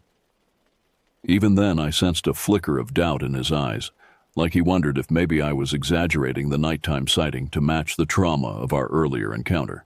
"I mean, it was dark," he said tentatively. "Maybe it just looked bigger than it really was. Shadows can play tricks on you." But I knew what I had seen. The moonlight had been bright enough to reveal details, and there was no mistaking the creature's enormous size. Still, I couldn't blame Marcus for his skepticism. What I was describing sounded impossible even to me. I couldn't let it go. Every trip to the barn, every trek to the far pasture, I found myself scanning the tree line for anything out of place. My eyes searched constantly for broken branches, unusual tracks, any sign that something large had passed through. The normal rhythm of farm life became secondary to my obsessive vigilance. At night, I would lie awake listening for heavy footsteps or another earth-shaking roar. Every creak of the house, every sound from outside, sent adrenaline shooting through my system. My grades began to suffer as exhaustion took its toll, but I couldn't force myself to sleep while that thing might be prowling around our property. When Marcus finally admitted that he was tired of tossing and turning himself, we made a pact to figure out what was happening once and for all. We couldn't live in this state of constant dread, jumping at every shadow, afraid to venture outside after dark. We needed answers, even if those answers were terrifying. We waited until the moon rose high again, just shy of full, casting that eerie silver light across the landscape. Under the cover of darkness, we snuck out of the house with an old flashlight Dad used for farm work and a hand-me-down camera we'd borrowed from our grandmother. Our plan was simple: stake out the edge of the property line near the dirt road, where I'd last seen that colossal figure. The night was cold enough to sting our lungs when we breathed, and the air felt heavy with the kind of tension that precedes a thunderstorm. Beyond the faint ring of our flashlight's beam, the world was a black canvas punctuated only by the distant glow of stars. Even the barn, usually a comforting sight that spoke of home and safety, looked like a looming shape of wooden slats and rusted metal. We positioned ourselves behind a cluster of old oak trees that provided both concealment and a clear view of the road. The waiting was excruciating. Every minute that passed felt like an hour, and I began to wonder if we were on a fool's errand. Maybe the creature only appeared randomly. Maybe it had moved on to some other territory. At first, we heard only the familiar sounds of night: the hum of crickets, the distant call of an owl, the soft lowing of cattle in the upper pasture. Then, just as I was starting to think nothing would happen, a low, resonant thump reached our ears. The sound was like nothing I'd ever heard before, not quite footsteps, not quite the crash of falling trees, but something in between. It seemed to come from deep within the forest, but with each repetition, it grew closer. Marcus grabbed my arm, his fingers digging into my flesh with desperate strength. The thumping had a rhythm to it, like the measured gait of something enormous walking through the undergrowth. Between each impact, we could hear the snap and crash of branches being pushed aside or trampled underfoot. Whatever was making the sound was big enough that trees weren't obstacles. They were annoyances to be brushed away. The cattle in the upper pasture began to move restlessly, their peaceful grazing replaced by nervous shuffling and anxious moos. They sensed something was wrong, some primitive part of their brains recognizing the presence of a predator. Their distress calls echoed across the property, adding to the growing sense of impending doom. Marcus fumbled with the flashlight, his hands shaking so badly he nearly dropped it. In that half-second of wild, swinging light, before he managed to switch it off again, I spotted a hulking outline at the far end of the pasture. It was partially masked by shadow, but there was no mistaking the massive shoulders, the impossible height, the sense of barely contained power. The thing stood motionless for a moment, as if it had sensed our light and was trying to locate its source. Then it took a step forward, and the ground seemed to vibrate under its weight. Another step, and I could hear the wet squelch of mud being compressed under enormous feet. That's when it roared. The sound was exactly like what we'd heard in the alder grove, but somehow worse because we could see its source. The roar seemed to come from the very depths of hell, a noise so primal and filled with rage that it bypassed rational thought and spoke directly to the part of our brains that still remembered being prey. The sound waves hit us like a physical force, making our chests vibrate and our ears ring. I felt it in my bones, in my teeth, in every cell of my body. It was a sound that spoke of hunger and violence and intelligence, a combination that should have been impossible but was standing right there in front of us. Marcus yanked me backward, and we sprinted for the house without looking back. My feet barely registered the ground beneath them. I expected to feel hot breath at my back or sense the pounding of massive footsteps in pursuit. But that didn't happen. The creature seemed content to watch us flee, its message delivered. Once we reached the porch, we dared to glance over our shoulders. The pasture lay still and dark, though the cattle were still agitated, their nervous calls drifting across the property. The creature, if it had followed at all, had melted back into the darkness from which it came. We never spoke of what happened that night to our parents. They wouldn't have believed us anyway, and we'd learned that some truths are too large for small minds to accept. Instead, we settled into an unspoken understanding with whatever shared our land. Over the years that followed, I caught glimpses of it from time to time, always at night, always at a distance, always just long enough to remind me that we weren't alone out there. The sightings became less frequent as I grew older, as if the thing had decided I was no longer a threat, or perhaps no longer interesting. Now, as an adult with children of my own, I sometimes wonder if I should warn them about what lurks beyond the tree line. But part of me thinks that some knowledge is better discovered on its own when the mind is ready to accept that the world contains mysteries that science cannot explain. I still live on the old property, though I've built a new house closer to the road. Sometimes, on nights when the moon is full and the air is crisp with autumn promise, I stand at my window and listen. And sometimes, if I'm very quiet and very patient, I can hear it out there. The sound of something massive moving through the forest, reminding me that humans are not the only intelligent species that calls this place home. The land holds its secrets well, and I've learned to respect the boundaries of what should remain unknown. Some mysteries are meant to stay mysterious, and some truths are too terrible for the daylight world to acknowledge. But they exist nonetheless, prowling the edges of our understanding, waiting for those brave or foolish enough to seek them out. That thing is still out there, somewhere beyond Rattlesnake Ridge, and I've made my peace with sharing this world with forces I'll never fully understand. It's taught me humility, shown me that humans are not the masters of everything we survey, and perhaps that's a lesson worth learning, even if it comes wrapped in terror and sleepless nights. The story ends where it began, with the knowledge that our safe, predictable world is far stranger and more dangerous than we dare imagine. And sometimes, late at night when the wind howls through the trees, I'm grateful for that knowledge, even as it fills me with a fear that will never completely fade.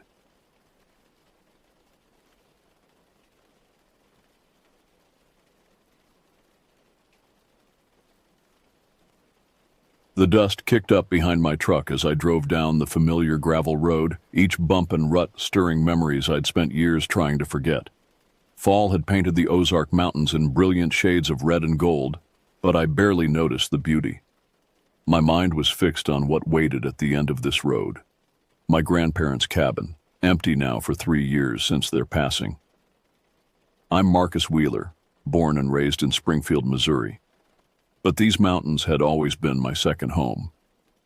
Every summer of my childhood was spent here, learning to fish in the crystal clear streams, helping Grandpa repair the old cabin's endless quirks, and listening to Grandma's stories about the strange things that lived in these woods. Back then, those tales were just entertainment, meant to keep us kids from wandering too far into the forest. Now, I know better. Rhett Davidson rode shotgun, his familiar presence both comforting and concerning. We'd been best friends since 3rd grade, bonded by our shared love of the outdoors and a tendency to find trouble wherever we went. His family owned property about 20 miles from my grandparents' place, and we'd spent countless weekends exploring these mountains together as teenagers. "Man, this takes me back," Rhett said, running a hand through his sandy hair. He'd hardly changed since high school, still tall and lanky, with that easy smile that made everyone trust him instantly. "Remember when we convinced ourselves there was buried treasure up here?" I managed to laugh, though it felt hollow. "Yeah. And instead of gold, we found that angry nest of hornets." The memory should have been funny, but something about being back here set my nerves on edge. Thanks for coming with me, by the way. This would have been a hell of a job alone. The job in question was cleaning out the cabin. After Grandma and Grandpa passed, the place had sat untouched, gathering dust and memories in equal measure. My parents had finally decided it was time to either sell it or fix it up, and I'd volunteered to assess the situation. Maybe it was nostalgia, or maybe something deeper, a need to confront the past before letting it go. We rounded the final bend, and there it was. The cabin looked smaller than I remembered, its weathered logs and sagging porch telling stories of neglect. The surrounding forest pressed close, as if nature was slowly reclaiming what had been borrowed from it. The late afternoon sun cast long shadows through the trees, creating patterns that seemed to shift and move when you weren't looking directly at them. "Home, sweet home," Rhett muttered, grabbing his duffel bag from the truck bed. "Still can't believe your grandparents lived out here year-round. Closest neighbor's what, 5 miles away?" 7, I corrected, hefting my own bag in the cooler we'd brought. Grandpa always said that was still too close. The key was right where it had always been, hidden in a fake rock by the front steps. Some habits die hard, even in the middle of nowhere. The cabin's interior hit me with a wave of memories and musty air. Everything was exactly as I remembered it. The worn leather armchair where Grandpa would read his Louis L'Amour novels, Grandma's collection of hand-carved wooden animals on the mantel, the ancient radio that only picked up one station, and that only on clear days. Dust motes danced in the shafts of sunlight streaming through the windows. "Let's get some air in here," Rhett suggested, already moving to open windows. "Then maybe we can figure out where to start with all this." He gestured vaguely at the accumulated belongings of 2 long lives.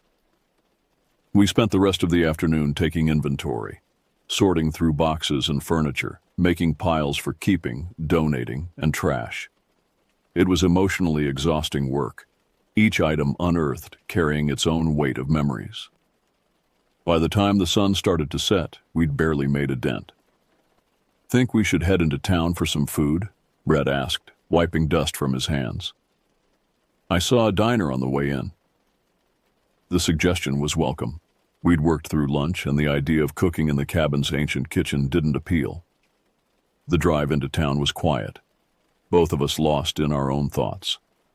The diner, Sally's Home Cooking, according to the neon sign, was exactly what you'd expect. Checkered tablecloths, waitresses who called you honey, and portions big enough to feed a small army.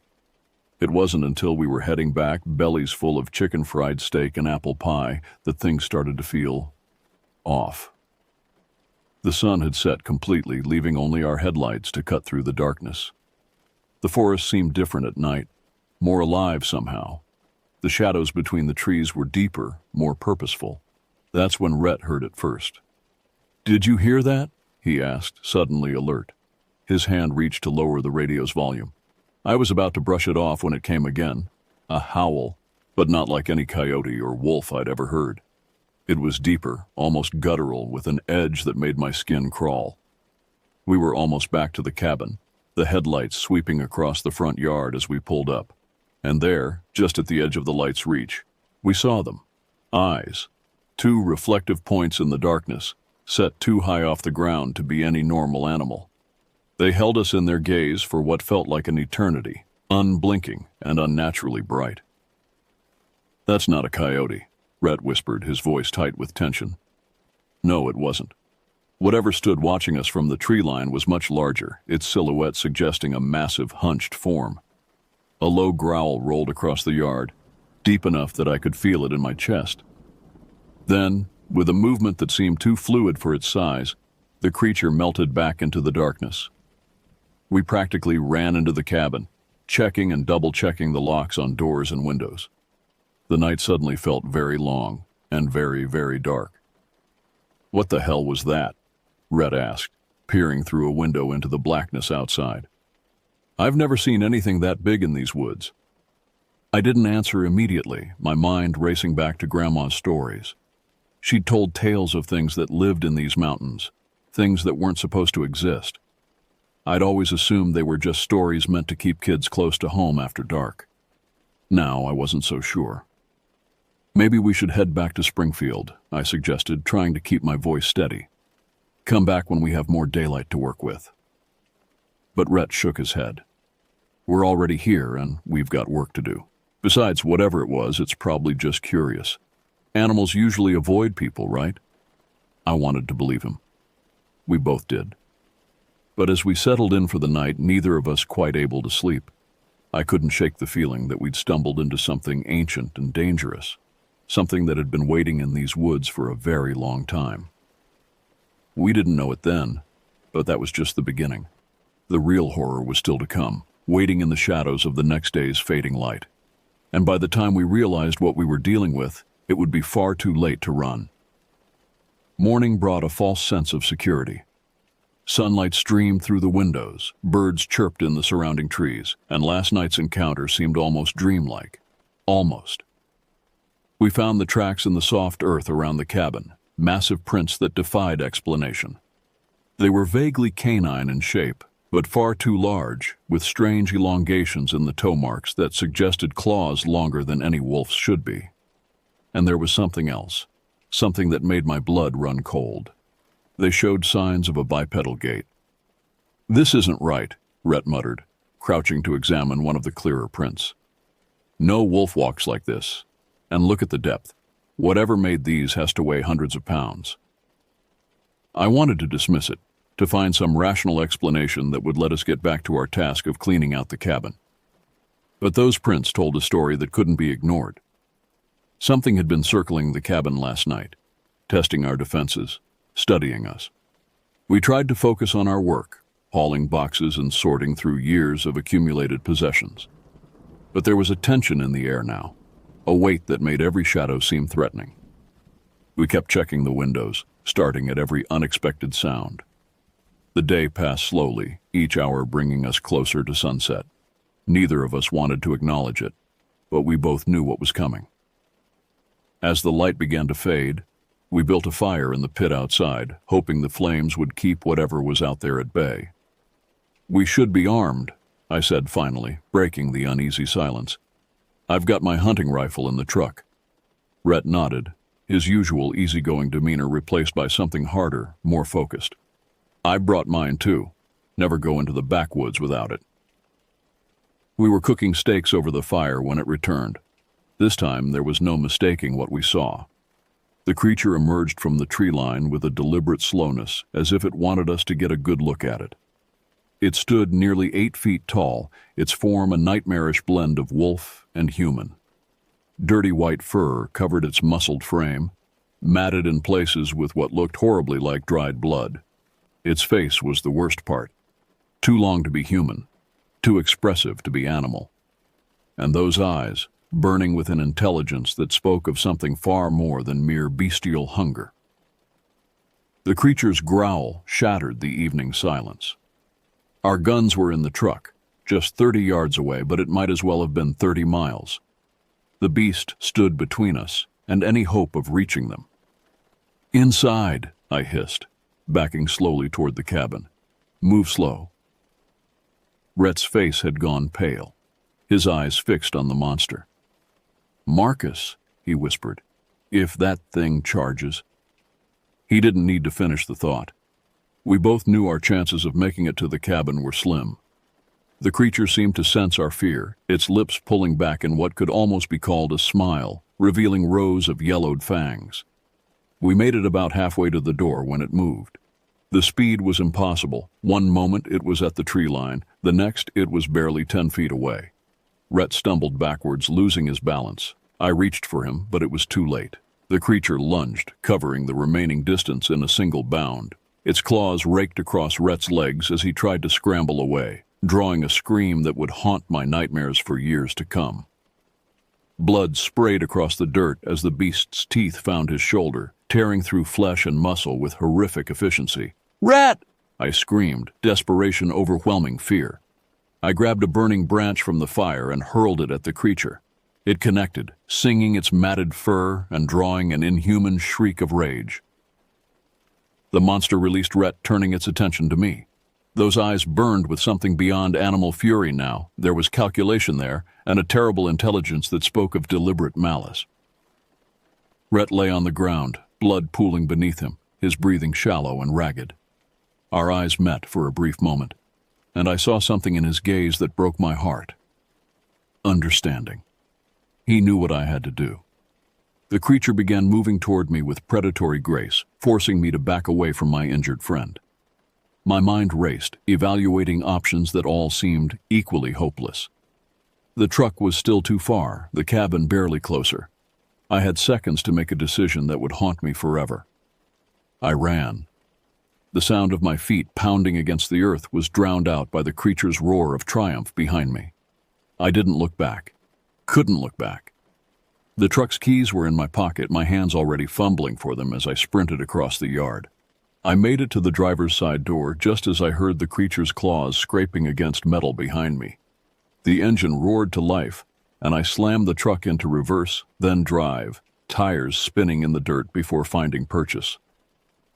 As I sped down the gravel road, my last glimpse in the rearview mirror showed the creature standing in the yard, Rhett's motionless form at its feet. Its eyes caught the truck's taillights, 2 points of hellish red in the gathering darkness. The drive to town was a blur of tears and terror. I barely remember stumbling into the sheriff's office, babbling about an attack, about Rhett being hurt. They organized a search party, of course. But by the time they reached the cabin, there was nothing left but blood trails leading into the deep woods. The official story was simple: animal attack, probably a bear, tragic but not unprecedented. They searched for days, but found no sign of Rhett or the creature. Local newspapers ran small articles about a missing hiker, and life in the small town went on. But I knew the truth. Those eyes haunted my dreams, turning every night into a fresh horror. I moved back in with my parents, unable to face living alone. They watched me with worried eyes as I withdrew from the world, jumping at shadows and flinching at every unexpected sound. Months passed. I tried therapy. But how do you explain something like this? How do you tell someone that monsters are real, that they hunt in the dark places of the world? The therapist talked about trauma and grief, prescribed medications that dulled the edges but couldn't erase what I'd seen. Then came the news that changed everything. 2 hikers found remains in a remote area just across the state line. DNA confirmed it was Rhett, but the condition of the bones. The medical examiner's report used words like unprecedented and inexplicable. The marks on the bones didn't match any known predator. That night, something inside me shifted. The fear that had paralyzed me for months transformed into something else. Purpose. I began preparing. The local hunting supply store became my second home. I studied tracking, survival skills, and everything I could find about the region's history and folklore. My father thought I was having a breakdown. Maybe I was. But I knew I couldn't rest until I finished this. I owed Rhett that much. 3 months later, I returned to the cabin. This time, I was ready. My truck was loaded with supplies: high-powered rifles, motion sensors, infrared cameras. If the creature was still out there, I would find it. The first few nights were quiet, too quiet. The forest itself seemed to be holding its breath, waiting. On the 4th night, I saw them again, those burning eyes at the edge of my camp. But this time I didn't run. The hunt lasted for days. The creature led me on a twisted path through the mountains, always staying just out of sight, leaving only tracks and the occasional glimpse to follow. It was toying with me, I realized, leading me somewhere. The final confrontation came in a clearing dominated by an ancient oak tree. The creature emerged from the shadows, not as a hunter this time, but as something almost curious. It stood upright, its full height emphasized by the moonlight, and for a moment I saw what it truly was. Something old, something that had walked these mountains long before humans came, and would probably walk them long after we were gone. But it had taken Rhett. And for that, it had to answer.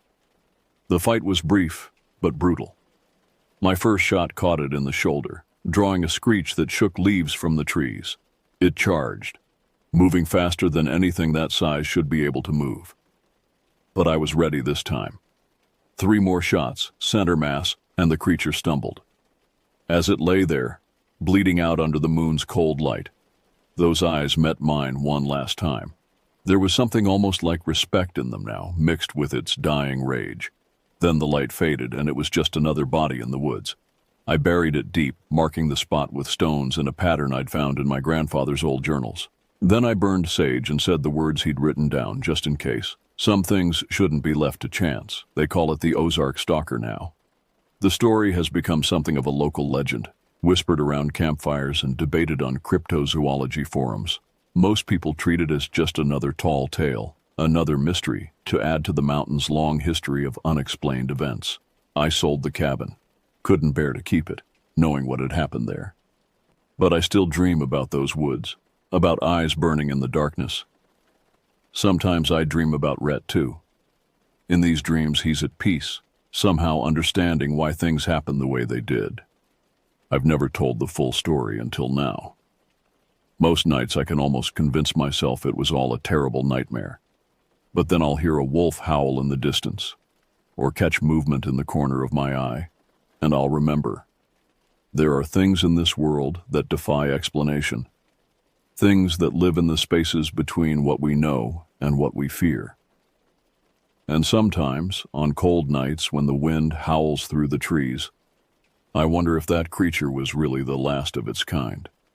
After all, the mountains are vast, and their shadows are deep.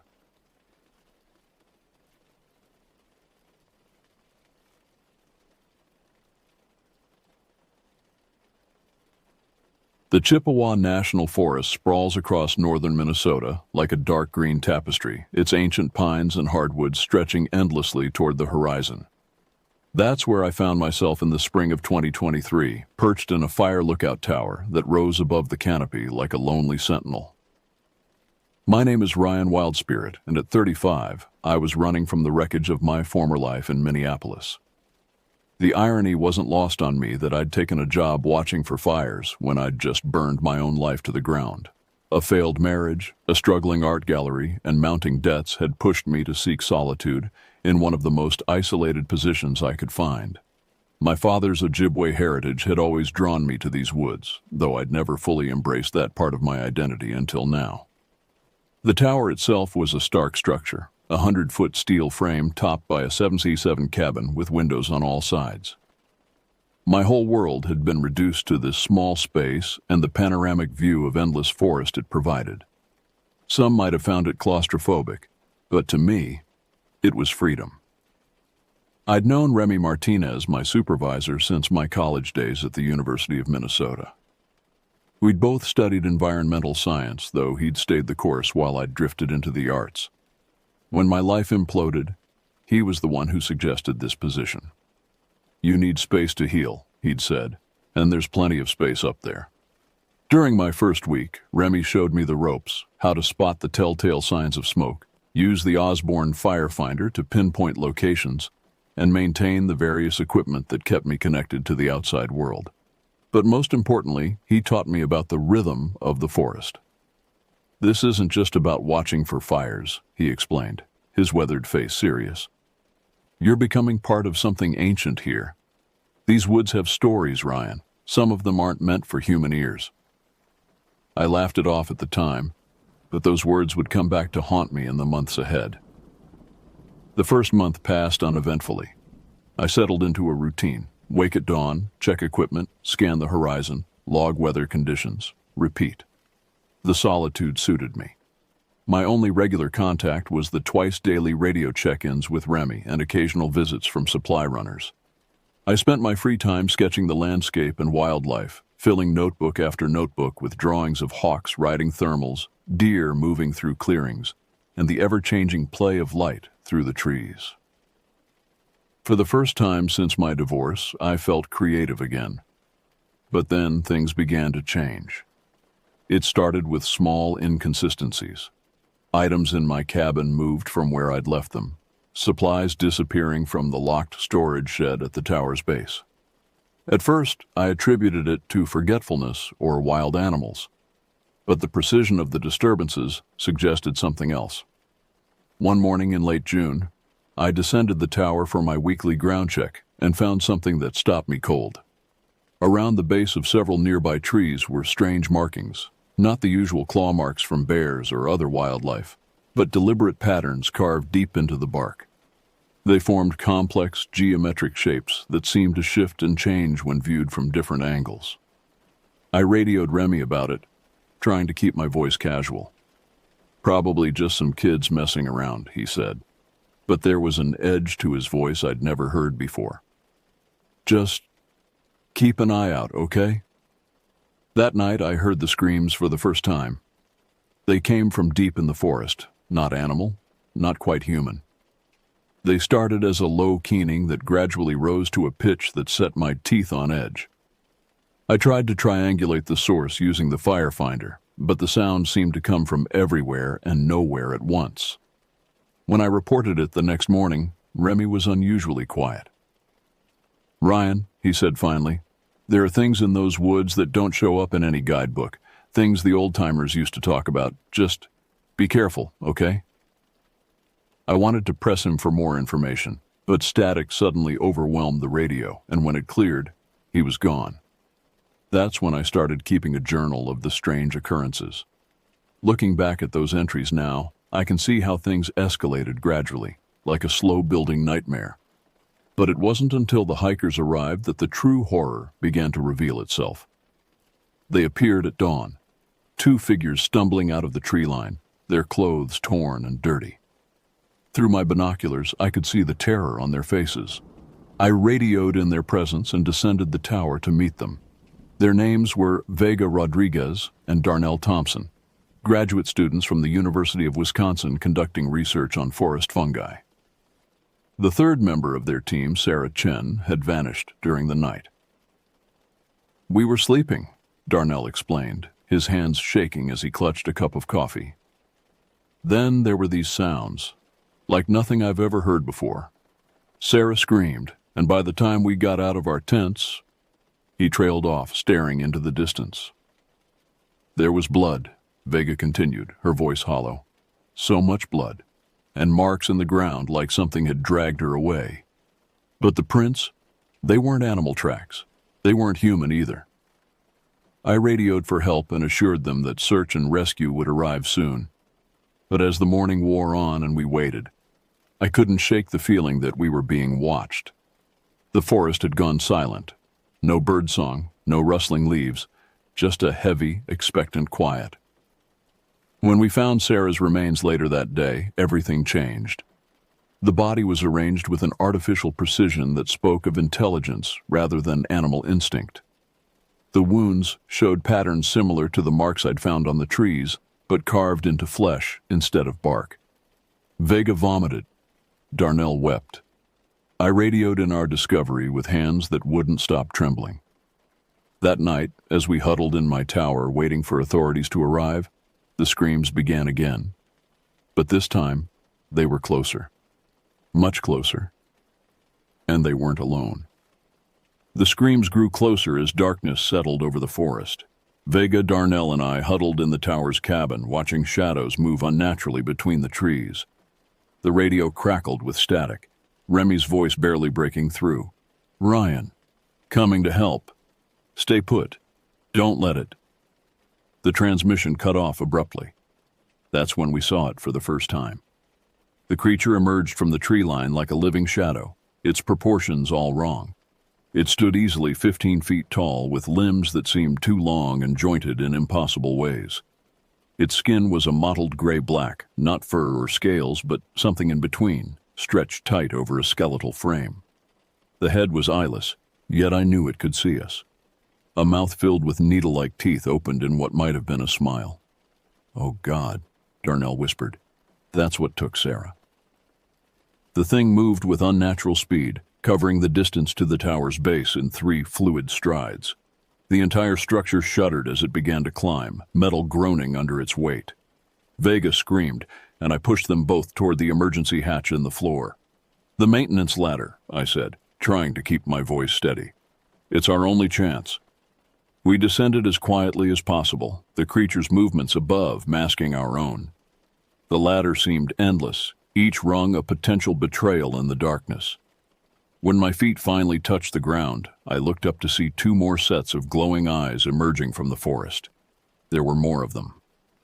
"Run!" I shouted, abandoning any pretense of stealth. We fled into the woods, the sounds of pursuit close behind. Branches whipped at our faces as we crashed through the undergrowth. The creatures moved through the trees above us, their bodies flowing like liquid shadow from branch to branch. Darnell fell first. I heard his scream cut short and knew better than to look back. Vega sobbed as we ran, her breath coming in ragged gasps. The ranger cabin I'd spotted during my patrols was ahead, our only hope for shelter. We were 20 yards from safety when one of the creatures dropped from the canopy directly in front of us. Up close, its wrongness was even more apparent. The skin rippled with patterns similar to the tree markings, but these seemed to move and shift, forming symbols that hurt to look at. Vega turned to run, but another creature was already there. They had corralled us, herding us like prey. I grabbed a fallen branch, knowing it was useless but unwilling to die without a fight. The first creature reached for us with elongated fingers ending in obsidian claws. But before it could strike, a piercing whistle cut through the night. The creatures froze, heads tilting in perfect unison toward the sound. Through the trees came a figure I never expected to see, Remy, holding what looked like an ancient bone flute. He played a series of notes that made my teeth ache, and the creatures retreated several steps. "The old ways?" Remy shouted. "They remember the old ways?" He tossed something to me, a small leather pouch. Inside was a handful of what looked like dried herbs and small bones. "Spread it in a circle," he commanded, still playing. "Quickly!" I did as he said, my hands shaking as I created a circle around Vega and myself. The creatures paced at its edge but wouldn't cross the line. Their movements became more agitated as Remy's song reached a crescendo. With an otherworldly shriek, they retreated into the darkness. The forest fell silent once more. Dawn found us huddled in Remy's cabin, clutching mugs of strong coffee laced with something stronger. Vega had finally fallen into an exhausted sleep, but I needed answers. "What were those things?" I asked. Remy sighed, suddenly looking much older than his years. "The Ojibwe called them Manitus, spirits that were here long before humans. Most are neutral or even beneficial, but some—" He trailed off, staring into his mug. "Why didn't you warn me? Would you have believed me? Besides, they rarely reveal themselves so boldly. Something's changed. They're getting more aggressive, more desperate." He explained how his grandmother had taught him the old ways, how to recognize signs of the Manitus, how to ward them off with sacred herbs and ancient songs. The forest was their domain, and humans were merely guests who had overstayed their welcome. But why take people? Why? I couldn't finish the thought, remembering Sarah's mutilated body.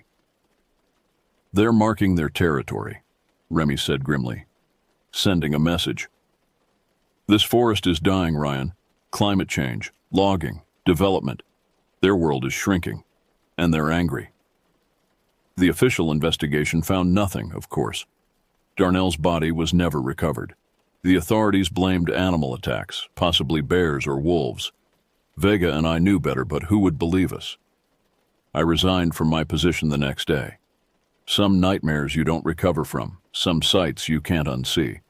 But leaving didn't end it, not really. The creatures had marked us somehow, branded us with their otherworldly presence. I dream about them still. In my darkest moments, I see those shifting patterns on their skin, trying to form messages I can't quite read. Sometimes I wake to find similar marks carved into my bedroom walls, only to have them vanish in daylight. Vega and I keep in touch. She's living in Arizona now, as far from forests as she can get. Her emails often end with the same question: "Do you think they'll find us?" I don't have the heart to tell her that they never lost us. That sometimes, on quiet nights, I hear that keening cry in the distance. That I've seen shadows move in impossible ways, even in the heart of Minneapolis. Remy still works in the forest, protecting what secrets he can. He sends me updates occasionally, warning of increased activity or new disappearances. The herbs he gave me that night hang in a pouch around my neck, a reminder and a safeguard. The fire tower still stands, though no one staffs it anymore. Too many accidents, they say. Too many unexplained incidents. On clear days, I can see it from certain spots in the city, rising above the tree line like a warning. Some stories don't have clean endings. Some horrors don't fade with time.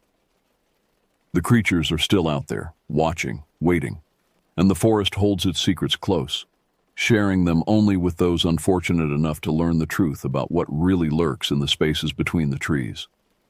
I know now why my father's people treated these lands with such reverence and fear. The woods are not empty, and we are not alone.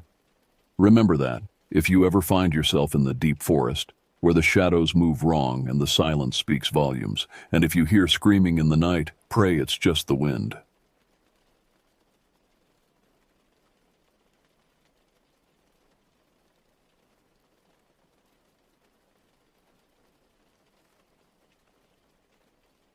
My name is Gabriel Hutchinson, and I've spent the better part of 15 years navigating the treacherous backwoods of eastern Kentucky. The Red River Gorge has been my second home since I was barely 20, fresh out of college with a forestry degree and an unshakable belief that I could tame any wilderness. I've guided everyone from weekend warriors to seasoned mountaineers through these ancient hollows, watching city folks discover muscles they never knew existed while learning to respect the raw power of untamed nature. The ridge locals call Knucklebone earned its grim moniker from the scattered limestone formations jutting from its spine, pale, weathered rocks that bore an unsettling resemblance to human finger joints. Old-timers in the valley below would spin tales about hunters who ventured up their tracking game, only to return empty-handed and shaken, speaking in hushed tones about tracks that led nowhere and sounds that defied explanation. I'd always dismissed these stories as the usual mountain folklore designed to keep tourists away from the more dangerous terrain. That summer of 2018, I received a booking request that should have raised red flags immediately. Two professionals from Louisville, Bernard Hoffman, a corporate attorney desperate to prove his outdoor credentials, and his companion Jessica Pemberton, a marketing executive who seemed less than enthusiastic about their proposed adventure. They specifically requested the most isolated, challenging experience I could provide, somewhere far from established trails and modern conveniences. Knucklebone Ridge seemed perfect for their needs. The terrain was demanding but not impossibly dangerous, the isolation complete, and the views spectacular for those willing to earn them. What I failed to consider was why this particular ridge remained so consistently avoided by other guides, why the local hunters gave it such a wide berth, and why even the most experienced woodsmen would cross themselves when discussing its shadowy hollows. We arranged to meet at the Slade Trailhead on a humid Thursday morning in late August. Bernard arrived precisely on time, sporting gear so new the tags were practically still attached, expensive hiking boots that had never touched dirt, a tactical backpack loaded with unnecessary gadgets, and clothing that screamed outdoor gear catalog. Jessica emerged from their rental car looking like she'd rather be anywhere else, constantly checking her phone for the last precious bars of cellular signal. "You absolutely certain about this primitive camping experience?" I asked as we sorted through their supplies, noting the alarming lack of proper provisions and the abundance of electronic devices. "Once we head up Knucklebone, we're completely cut off from civilization for 3 days." Bernard puffed out his chest with corporate bravado. "We didn't drive 4 hours for some sanitized nature walk. We want the real deal. No safety nets, no modern conveniences, just pure wilderness survival." I should have trusted Jessica's obvious reluctance. Her fingers worried constantly at a silver cross pendant hanging from her neck, and her eyes kept darting toward the tree line, as if expecting something to emerge from the shadows.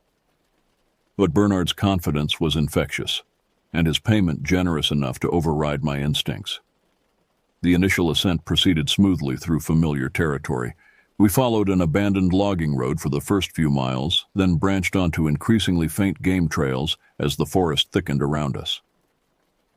The conversation flowed easily at first, Bernard regaling us with tales of his law firm's recent victories, while Jessica remained largely silent, her attention focused on the changing landscape. As the day progressed and we climbed higher into the ridge's embrace, the atmosphere began to shift. The trees grew taller and more ancient, their canopy so dense that midday felt like twilight. Bird songs faded to occasional nervous chirps. Even the insects seemed subdued, their usual symphony reduced to an uneasy murmur. By afternoon, when Knucklebone Ridge's distinctive limestone spine came into view, our conversation had dwindled to breathless gasps and the rhythmic crunch of boots on leaf litter. We established our base camp beneath a massive sandstone overhang that provided natural shelter while offering commanding views of the forested valley below. The site had everything an experienced guide could want: protection from weather, fresh water from a nearby spring, and multiple escape routes should emergencies arise. What struck me as odd was how pristine the area remained despite its obvious advantages. No fire rings, no carved initials, no trash left by previous visitors, as if this perfect camping spot had been deliberately avoided.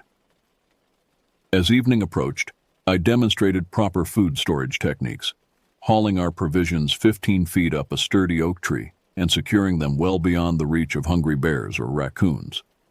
Bernard watched with the intense focus of someone determined to master every detail, while Jessica continued her nervous surveillance of the darkening woods.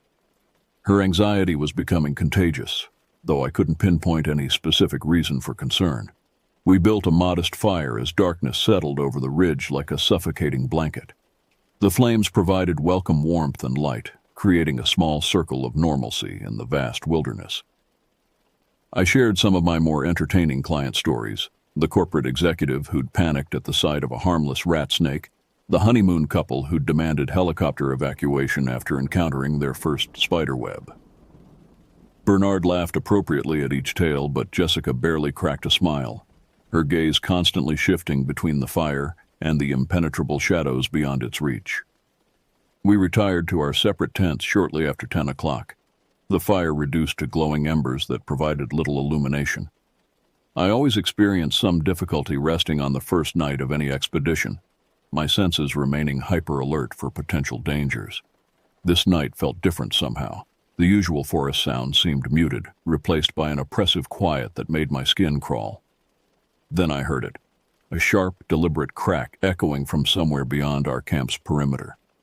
Not the quick snap of a breaking branch under animal weight, but something slower, more methodical, like thick wood being twisted until it reached its breaking point. I lay motionless in my sleeping bag, every muscle tensed, straining to identify the source. The sound came again, closer this time, accompanied by what might have been footsteps. Too heavy for deer, too measured for bear. I quietly unzipped my tent and emerged into the night, gripping my headlamp but not yet activating it. The darkness was absolute, the kind of impenetrable black found only in deep wilderness, far from any artificial light. "What's out there?" Jessica's whispered voice carried clearly from their tent, tight with barely controlled fear. "Probably just deer moving through," I replied, though the explanation felt hollow even to my own ears. Large animals don't typically approach occupied campsites, and the sounds I'd heard possessed an almost deliberate quality that suggested intelligence rather than simple animal behavior. I switched on my headlamp and swept its beam across the surrounding forest. The light penetrated perhaps 30 feet before being swallowed by the dense understory, revealing nothing more threatening than moss-covered rocks and the pale trunks of ancient trees. Yet something felt fundamentally wrong about the scene, though I couldn't articulate exactly what. Sleep proved impossible after that. I lay in my tent listening to every rustle of leaves, every distant creak of settling wood, my imagination conjuring threats from shadows.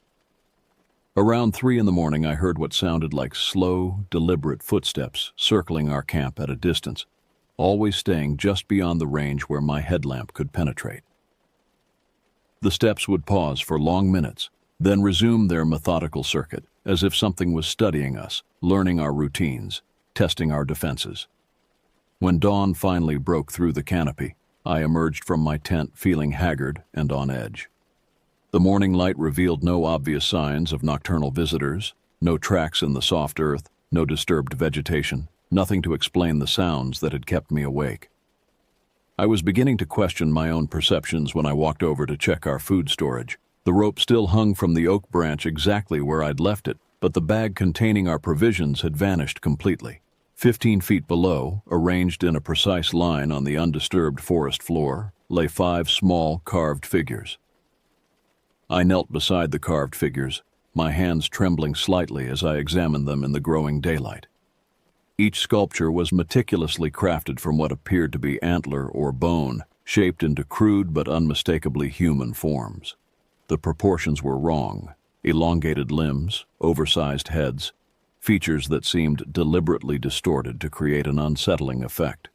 Most disturbing was their uniformity. Whoever had created these possessed considerable skill and had spent significant time perfecting their craft. Bernard approached, rubbing sleep from his eyes, and stopped dead when he saw what I held. "Please tell me this is part of some wilderness experience package you forgot to mention," he said, though his voice carried no real conviction.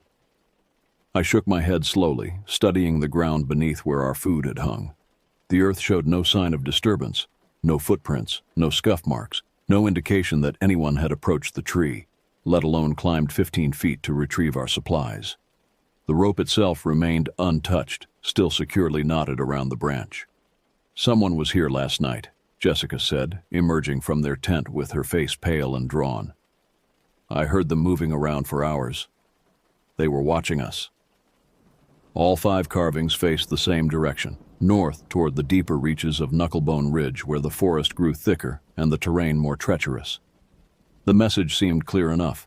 We were being guided, or perhaps herded, toward whatever waited in those shadowy depths. "Could be locals trying to scare off tourists," Bernard suggested, though his earlier confidence had evaporated. "Maybe they don't want outsiders in their hunting grounds." The explanation felt inadequate given the evidence before us. Whoever had visited our camp possessed skills that went far beyond simple intimidation tactics. They had approached silently enough to avoid detection, removed our food without leaving any physical trace, and crafted these unsettling totems with the kind of precision that suggested years of practice. More troubling was the implication that we were dealing with someone who had been watching us long enough to plan this elaborate display. I made the decision to abandon our original itinerary and lead Bernard and Jessica back toward more familiar territory. 3 days of primitive camping had suddenly lost its appeal, replaced by an urgent need to reach safety before whatever game we'd stumbled into escalated further. We packed hastily, constantly glancing over our shoulders, and began our descent from Knucklebone Ridge. The morning progressed in tense silence, our earlier camaraderie replaced by hyper-vigilant awareness of every sound, every shadow, every movement in our peripheral vision. The forest seemed different somehow, more oppressive, more threatening, as if the very trees were conspiring against our passage. Even the wildlife appeared subdued. No birds sang in the canopy above, no squirrels chattered from the branches, no insects buzzed around our faces. By midday, fatigue and hunger were taking their toll. Without our stored provisions, we were reduced to whatever emergency rations remained in our individual packs, enough to survive, but hardly adequate for the energy demands of difficult terrain. I spotted a small clearing ahead, shaded by mature maple and hickory trees, and decided we needed a brief rest despite my growing anxiety about remaining stationary for too long. As we entered the clearing, Bernard stopped so abruptly that Jessica collided with his backpack. Following his horrified gaze, I felt my own breath catch in my throat. Spread across the forest floor in a perfect spiral pattern lay dozens of animal bones, stark white against the dark leaf litter, arranged with mathematical precision that defied any natural explanation. The spiral of bones extended across the entire clearing, each element placed with deliberate care to create a hypnotic pattern that drew the eye inexorably toward its center. Deer leg bones formed the outer ring, followed by ribs, vertebrae, and smaller fragments as the design tightened inward. At the very center sat a single skull, not deer this time, but something larger, more predatory, with eye sockets that seemed to track our movement despite containing nothing but shadow. "Dear God," Jessica whispered, her hand flying to the cross at her throat. What kind of sick person would do this? The bones were old but well preserved, bleached to ivory whiteness by years of weather and time. Yet their arrangement was recent. Leaves and debris had been carefully cleared away, creating a sterile display area that stood out starkly against the natural chaos of the forest floor. Someone had spent considerable time and effort creating this macabre artwork, and I had no doubt it was meant specifically for us to discover. I forced myself to examine the spiral more closely, fighting down the revulsion that made my skin crawl. The pattern followed mathematical principles, each curve precisely calculated to create maximum visual impact. This wasn't the work of some deranged hermit. It required knowledge, planning, and artistic sensibility.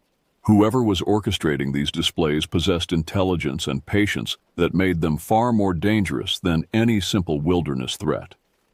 "We're not staying here," I announced, shouldering my pack. "Whatever this is, whoever's doing it, we need to put as much distance as possible between us and this ridge." We left the clearing at a near run, abandoning any pretense of casual hiking. Fear drove us forward through increasingly difficult terrain, brambles tearing at our clothes, roots catching our feet, branches whipping across our faces. Behind us, I imagined I could feel unseen eyes watching our retreat, cataloging our panic, feeding on our terror. The afternoon stretched endlessly as we pushed deeper into unfamiliar territory. My compass indicated we were heading generally eastward, away from Knucklebone Ridge, but the dense canopy made it difficult to maintain consistent bearing.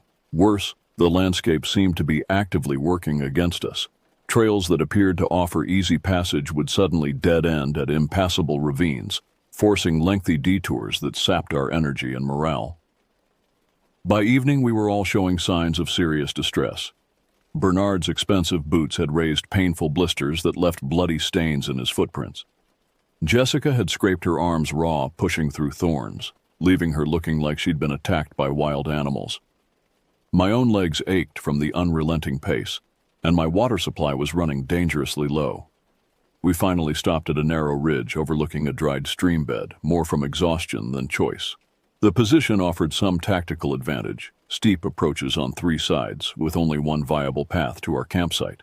But I had no illusions about our ability to defend ourselves against whoever was stalking us through these woods. The tent went up quickly in the fading light, all 3 of us working with the desperate efficiency of people who knew they were running out of time. There was no food to prepare, no fire worth building without fuel to sustain it. We huddled together in the gathering darkness, listening to the forest wake around us, knowing that somewhere out there, our tormentor was preparing for another night of psychological warfare. Darkness fell like a physical weight, pressing down on our small camp with oppressive force. Without a fire, the night seemed absolute, a black void that swallowed everything beyond arm's reach. We sat in our tent, speaking in whispers, as if normal conversation might attract unwanted attention. The temperature had dropped significantly since sunset, but none of us dared venture outside even to retrieve warmer clothing from our packs. Around midnight, the sounds began again. Footsteps, slow and deliberate, circling our position at what I estimated to be about 50 yards distance. Unlike the previous night, these steps made no attempt at concealment. Whoever was out there wanted us to know they were present, wanted us to lie awake counting each measured pace as they completed their methodical circuit. "It's just one person," Bernard whispered, his earlier bravado completely absent. "Has to be some local lunatic trying to scare us off his territory." I wasn't convinced. The footsteps possessed a quality that seemed wrong somehow, too even, too rhythmic, lacking the natural variation of human gait. They would pause at irregular intervals, sometimes for mere seconds, sometimes for long minutes that left us straining to detect any sound of movement. During these silences, I had the unsettling sensation that we were being studied, examined like specimens in some twisted experiment. Jessica had retreated so far into herself that she seemed almost catatonic, rocking slowly back and forth while clutching her cross pendant. Her breathing came in short, shallow gasps that bordered on hyperventilation. I worried she might be approaching complete psychological breakdown, which would make our situation infinitely more complicated. The footsteps stopped directly behind our tent, so close I could almost feel a presence pressing against the thin nylon wall. For several heart-stopping minutes, nothing moved. Then came a new sound, a soft scratching. like fingernails or claws being drawn slowly across the fabric.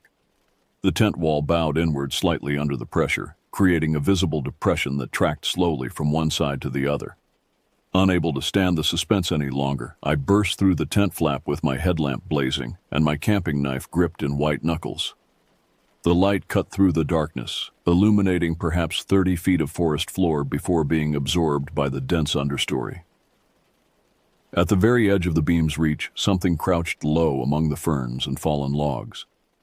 My breath caught as the figure slowly raised what might have been its head. Even in the poor light, I could see that something was fundamentally wrong with its proportions. Too tall, too thin, joints that bent at impossible angles. The skin appeared pale, almost translucent, stretched tight over sharp bones that created deep shadows in all the wrong places. Where a face should have been, there was only smooth, featureless flesh broken by darker patches that might have been eye sockets. For a long moment, we regarded each other across the narrow distance. The thing showed no reaction to my light, no surprise at being discovered, no apparent concern about my weapon. It simply watched with whatever senses it possessed, as if filing away details of my appearance for future reference. Then, with fluid grace that defied human anatomy, it melted backward into the forest, vanishing so completely it might never have existed at all. I stood frozen in the tent entrance for several minutes, sweeping my light across the surrounding woods, searching for any trace of what I'd seen. Nothing moved. No eyes reflected the beam back at me. The forest had returned to its oppressive silence, as if the entire encounter had been some stress-induced hallucination. "What did you see?" Bernard's voice was barely audible from inside the tent, tight with barely controlled panic. I struggled to find words that would make sense of what I'd witnessed. Something was out there, not human, not animal either. The description sounded inadequate even to my own ears, but how could I explain that I'd encountered something that challenged my understanding of what was possible in these mountains? We didn't sleep for the remainder of the night. We huddled together in the tent, listening to every rustle of leaves, every creak of settling wood, every sound that might herald the return of our nocturnal visitor. Around 4 in the morning, something brushed against the tent wall again, not scratching this time, but pressing inward with gentle, almost exploratory touches, as if testing the fabric's strength or trying to understand what lay within. None of us moved. We barely breathed. The probing continued for what felt like hours, moving systematically around the tent's perimeter, pausing at the entrance flap for an eternity, before finally withdrawing into the darkness. Only when the first gray light of dawn began filtering through the canopy did we dare to emerge from our nylon shelter. I had reached the end of my psychological resources. 15 years of wilderness experience had not prepared me for whatever was stalking us through these woods. My hands shook as I packed my gear, and I found myself glancing constantly over my shoulder, expecting to see pale flesh and impossible joints emerging from every shadow. "We're leaving now," I announced, my voice hoarse from fear and sleeplessness. "Straight line march to the nearest road, no stops, no rest breaks. Whatever's out here, we're not giving it another chance to play with us." The morning's travel became a desperate flight through increasingly difficult terrain. We crashed through brambles, slid down steep ravines, and waded through marshy creek beds in our haste to escape the ridge's influence. My ankle turned badly on loose rock, sending lightning bolts of pain up my leg, but I refused to slow our pace.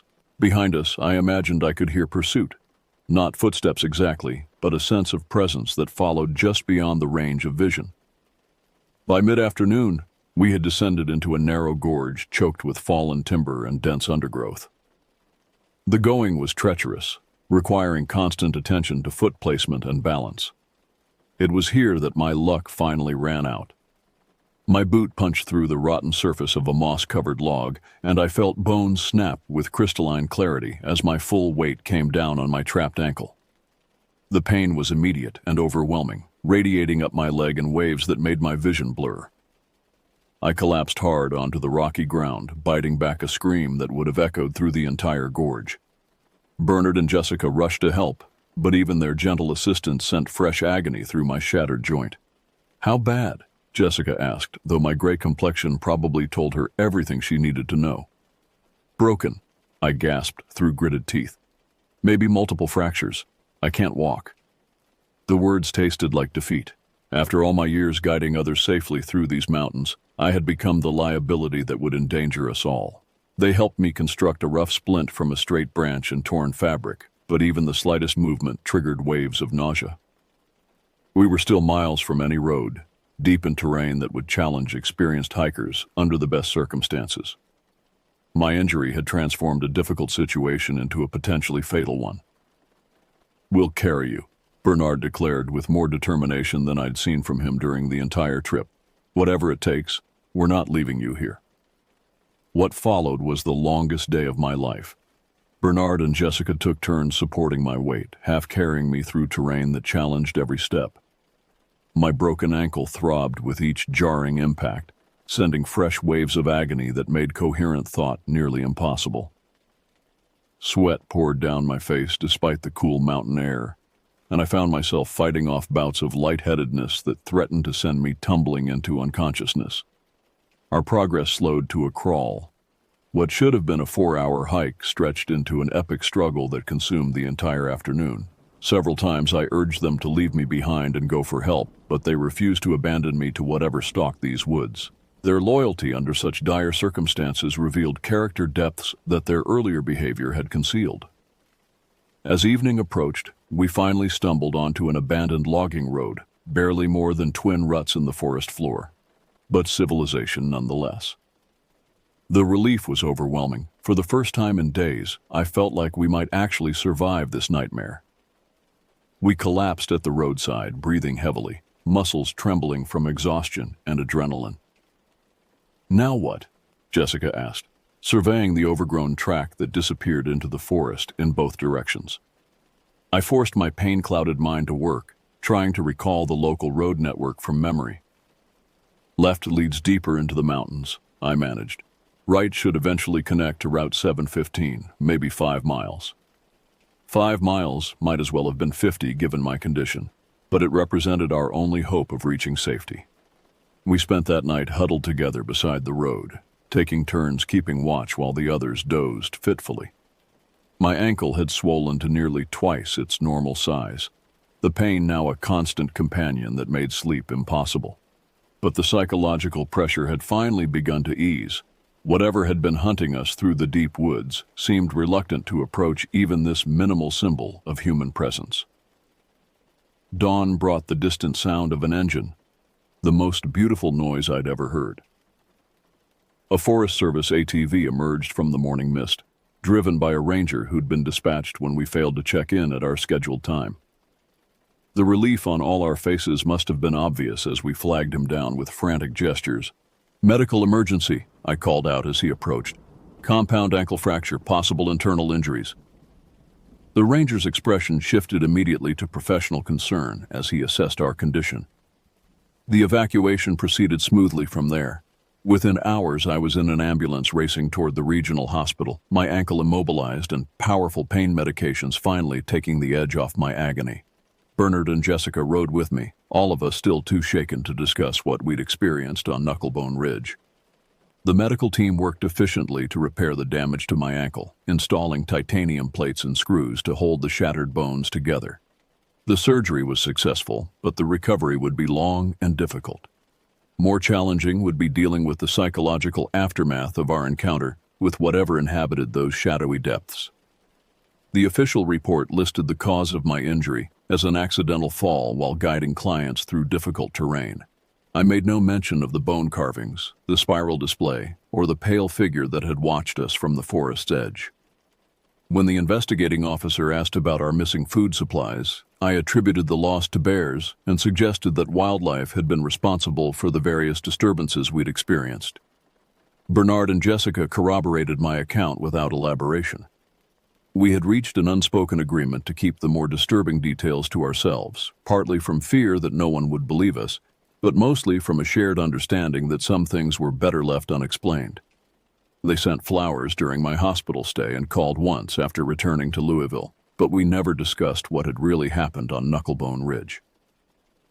My guiding career ended with that trip. The physical therapy was successful enough to restore basic mobility, but my ankle would never again handle the demands of rough terrain. More significantly, I had lost something essential, the confidence that had allowed me to navigate these mountains without fear, the certainty that I understood the wilderness and its dangers.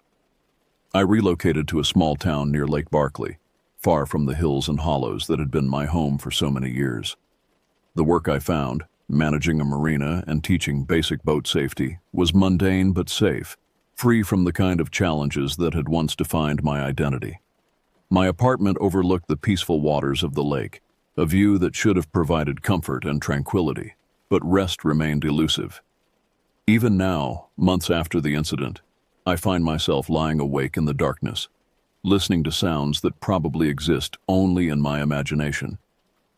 Every creak of settling wood, every rustle of leaves outside my window, every shadow that moves incorrectly in my peripheral vision brings back memories of those pale, impossible limbs and the sensation of being watched by something that shouldn't exist.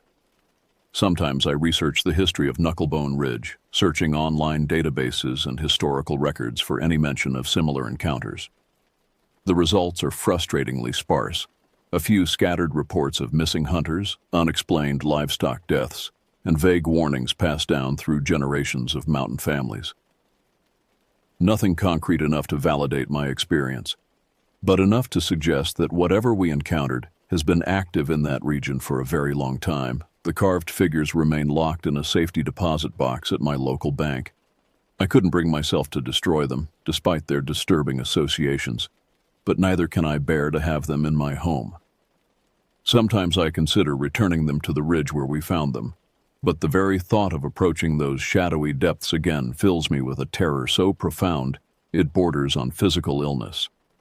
I tell myself that we were victims of an elaborate hoax, that some disturbed individual had discovered our planned route and decided to torment us for their own twisted amusement.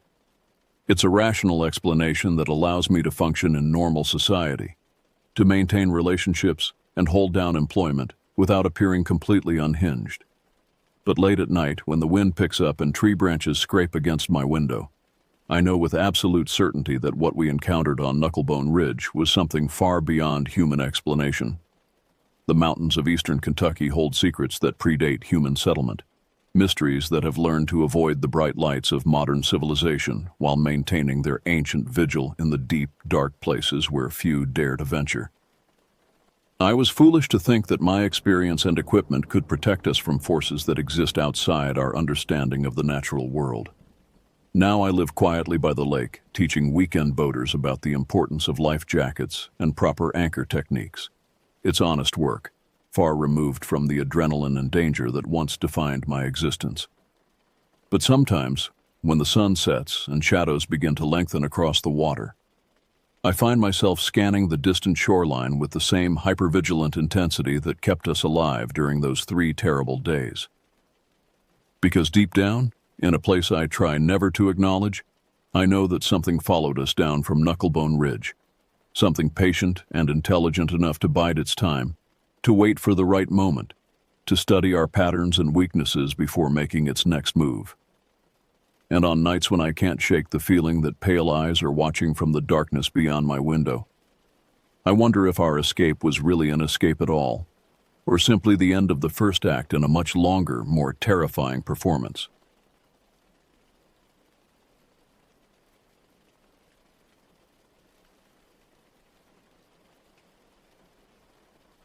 It was supposed to be a fun family vacation, a chance to get away from all the stress of our everyday lives and just be together. When we arrived at the cabin in the summer of 2020, it seemed like the perfect place, exactly what we needed. The cabin sat in the middle of nowhere, surrounded by thick, towering trees that seemed to close in around us like walls. It looked like something out of an old photograph, with its weathered wooden porch and crumbling stone chimney that had seen better decades. The air smelled like pine needles and fresh earth, but underneath that pleasant aroma was something else, something stale and musty, like old wood that had been damp for too long. I could hear the distant sound of a stream somewhere deep in the forest, but even that peaceful noise seemed somehow muffled, as if the trees were swallowing every sound before it could travel far. My dad, Ben, seemed especially happy as we pulled up the gravel driveway. He stretched his arms above his head and grinned widely, the stress lines around his eyes seeming to fade for the first time in months. "See, guys? Isn't this great? No distractions, no city noise, just us and nature." His voice carried an almost desperate enthusiasm, as if he needed this vacation to work out perfectly. I wanted to believe him, wanted to share his optimism, but something about this place made my stomach twist with unease. My mom, Carol, smiled too, though I could see her eyes scanning the tree line with obvious concern. She kept glancing at the dense wall of forest that surrounded us on all sides, as if she was trying to get used to how completely isolated we were. There wasn't another house visible in any direction, no power lines, no signs of civilization except for the narrow dirt road we'd driven in on. "It's very quiet," she said finally, her voice betraying the same uncertainty I felt. My younger brother, Sam, was already pulling his bag out of the car, his 14-year-old energy undiminished by the long drive. "Come on, let's check it out," he called, already bounding toward the front steps. I followed more slowly, my 17-year-old cynicism making me notice things he missed, like the way some of the porch boards sagged under our weight, or how the front door looked like it had been forced open and hastily repaired at some point. Inside the cabin, it was even more isolated than I'd expected. The floors creaked ominously when we walked, and every step seemed to echo in the small space. The fireplace looked like it had been used recently, too recently for a cabin that was supposed to have been empty. There were still ashes in the grate, and I could smell the faint scent of wood smoke lingering in the air. The furniture was old and worn, covered with sheets that smelled like they'd been stored somewhere damp for years. We unpacked and settled in, trying to make the best of our rustic accommodations. By the time the sun started to go down, we were all sitting around the fire Dad had built, roasting marshmallows and trying to recapture some family bonding time. The flames cast dancing shadows on the walls, and every crackle of the fire seemed abnormally loud in the oppressive silence of the forest. It felt almost perfect. Almost. But I couldn't shake the feeling that we weren't alone out here. As darkness fell completely, the forest around us became an impenetrable black wall.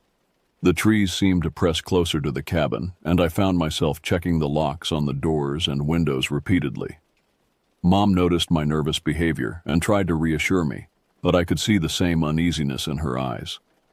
Sam had already fallen asleep on the couch, exhausted from the excitement of arrival, but the rest of us sat by the dying fire, listening to the absolute silence outside.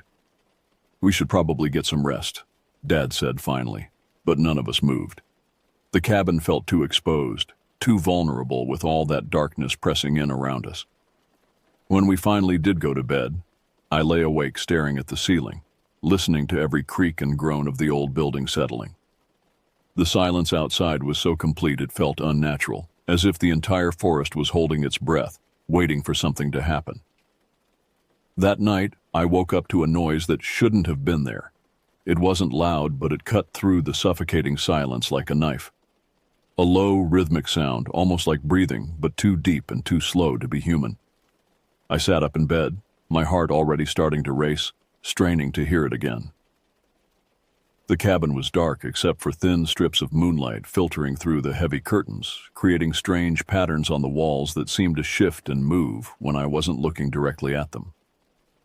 I glanced over at Sam, who was still asleep in the bed across the room, his breathing soft and even. Maybe it was just an animal, I tried to convince myself, but something about the sound made my skin crawl.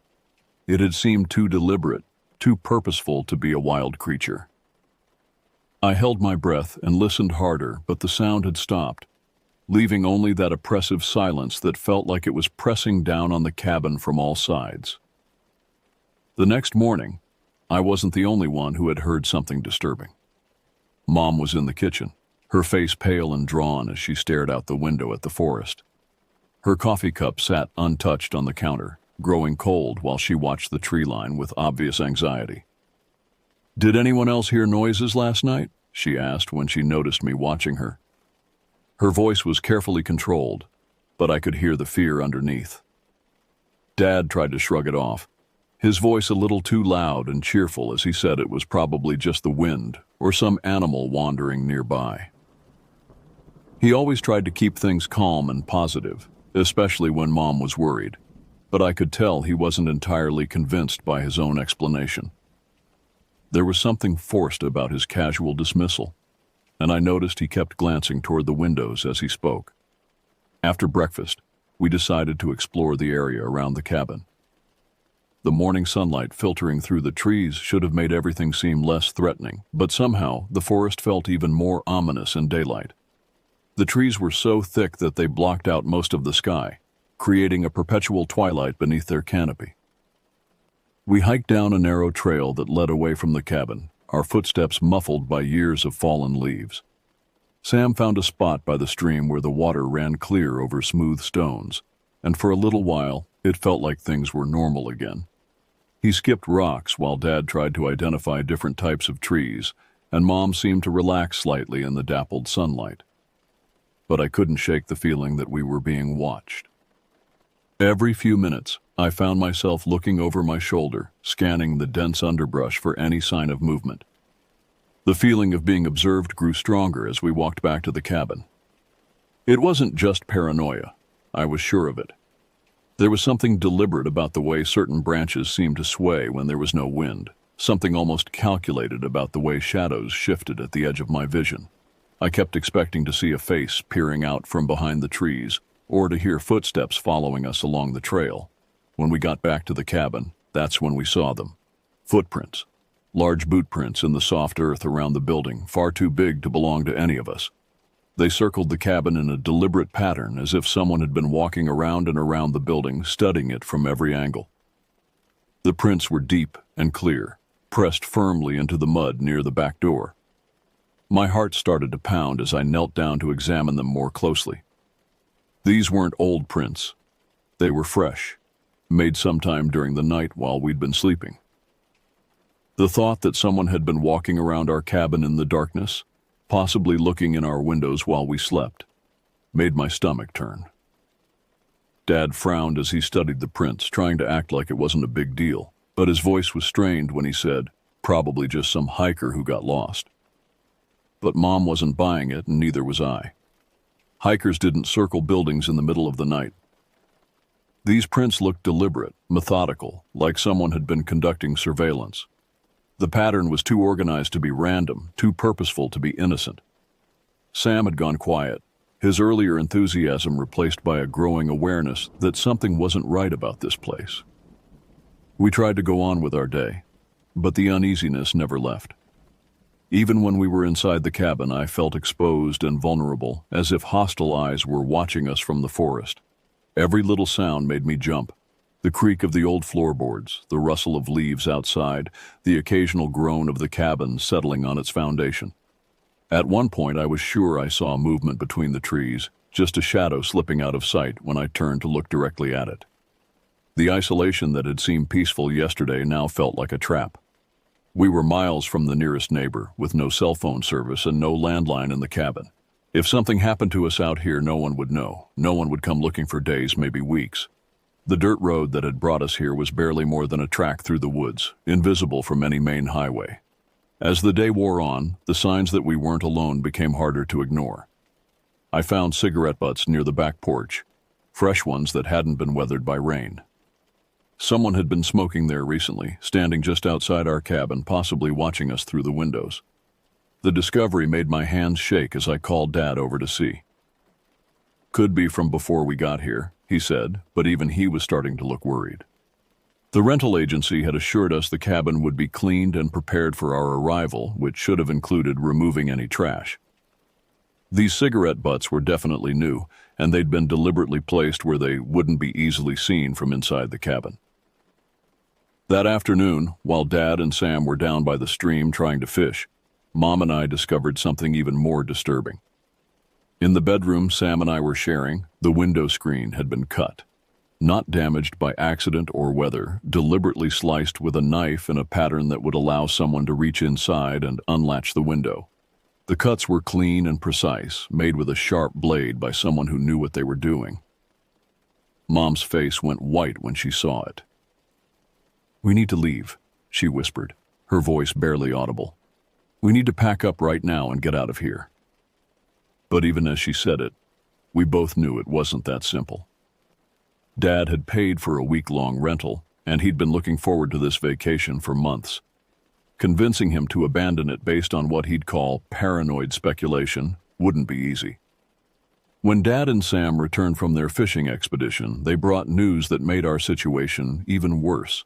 They'd found more evidence of recent human activity near the stream, a small campsite hidden in the dense brush, complete with the remains of recent campfires and food containers. Someone was living rough in these woods, staying close enough to our cabin to observe our daily activities. "Maybe it's just some homeless person," Sam suggested, but Dad shook his head grimly. Homeless people didn't typically choose to camp in remote wilderness areas miles from any town or resource. This felt more deliberate, more predatory. Someone had chosen this location specifically because of its isolation, because of how far it was from help or witnesses. That evening, as we sat around the cabin trying to decide what to do, we heard them for the first time. Voices in the forest, too distant to make out words but close enough to know they were human. Multiple voices, having what sounded like a conversation somewhere in the darkness beyond our windows. The sound made all of us freeze, listening intently as the voices moved through the trees, circling our position. I crept to the window and carefully pulled the curtain aside just a fraction of an inch. In the fading light, I could see flashlight beams moving between the trees, at least 3 or 4 of them, weaving back and forth as their owners moved through the forest with obvious familiarity. These weren't lost hikers or casual campers. These people knew these woods well, and they were coordinating their movements like hunters surrounding prey. "Turn off all the lights," Dad whispered, and we plunged the cabin into darkness. In the blackness, the voices seemed louder, closer, more threatening. We could hear them discussing something, their words still indistinct, but their tone suggesting planning, preparation. They were organizing something, and we were at the center of their attention. We spent that night huddled in the main room of the cabin, afraid to separate or go to sleep. Dad had found a hunting rifle in one of the closets, apparently left behind by a previous renter, but there were only 3 shells for it. Mom had armed herself with a kitchen knife, while Sam and I clutched heavy flashlights like clubs. The weapons made us feel slightly more secure, but we all knew that if these people meant us harm, we were outnumbered and trapped. The voices had stopped around midnight, but their absence was almost worse than hearing them. At least when we could hear them talking, we knew approximately where they were. Now they could be anywhere in the darkness surrounding us, moving silently through the forest, getting closer to the cabin. Every small sound made us tense. The hoot of an owl, the scurry of some small animal, the whisper of wind through the trees. Around 2 in the morning, Sam dozed off despite his fear, his head resting against Mom's shoulder. She stroked his hair gently, but I could see her eyes constantly scanning the windows, watching for any sign of movement outside. Dad sat near the front door with the rifle across his knees, occasionally checking that it was still loaded and ready. "We should have left this afternoon," Mom whispered to Dad, her voice barely audible even in the silence of the cabin. He nodded grimly, clearly regretting his decision to stay. "First light," he whispered back. "We'll pack up and get out of here at first light." But we all knew that dawn was still hours away, and a lot could happen before then. Around 3:30 we heard them again. This time they weren't talking, they were moving. Heavy footsteps crunching through the undergrowth, coming closer to the cabin. The sound was deliberate and unhurried, as if they knew we were trapped and had all the time in the world. I counted at least 4 distinct sets of footsteps, moving in what sounded like a coordinated pattern around the building. The footsteps stopped right outside the front door. We could hear someone breathing on the other side of the wooden barrier, could almost feel their presence just inches away. Dad raised the rifle, pointing it at the door, his finger on the trigger. For several minutes, nothing happened. Whoever was out there was just standing there, waiting, listening to us, listening to them. Then came the testing. Someone tried the door handle very gently, seeing if it was locked. When it didn't turn, they moved to the first window, pushing softly against the glass to see if it was latched. They worked their way systematically around the cabin, checking every possible entry point with the patience of professionals. They weren't trying to break in. Not yet. They were learning the layout, identifying weaknesses, planning their approach. When they reached the window with the cut screen, the one in our bedroom, they spent extra time there. We could hear quiet voices discussing something, and then the sound of metal tools working on the window frame. They were trying to force it open without making noise, testing whether they could gain entry without alerting us. Only the fact that Dad had wedged a chair under the window handle prevented them from succeeding. After what felt like hours, the sounds moved away from the cabin. But we knew they hadn't given up. They were just changing tactics, regrouping, planning their next move. We waited in terrified silence as the forest around us returned to its unnatural quiet. Every shadow seemed to conceal a threat. Every sound made us flinch. As dawn began to break through the trees, casting gray light through the cabin windows, we finally started to relax slightly. Surely they wouldn't attack in daylight when they could be identified and described later. But when Dad cautiously peered out the front window, his face went pale. "There are more of them now," he whispered. "I count at least 6 people in the trees, just standing there watching the cabin." I crept to another window and looked out. He was right. Motionless figures stood among the trees at the edge of the clearing, partially concealed but deliberately visible. They wanted us to know they were there, wanted us to understand that we were completely surrounded. Some of them held what looked like weapons, baseball bats, crowbars, maybe even guns. Their faces were hard to make out in the dim light, but their posture radiated menace and confidence. "They're waiting for something," Mom observed quietly. But waiting for what?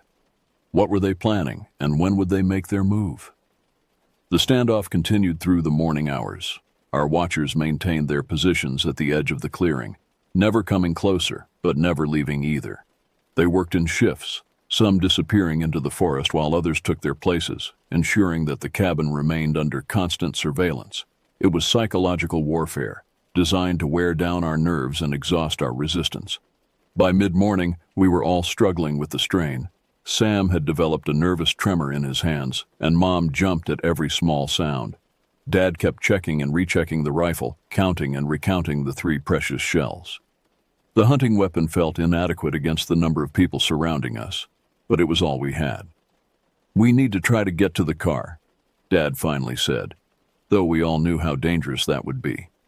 The vehicle was parked about 50 yards from the cabin, completely exposed to anyone hiding in the tree line.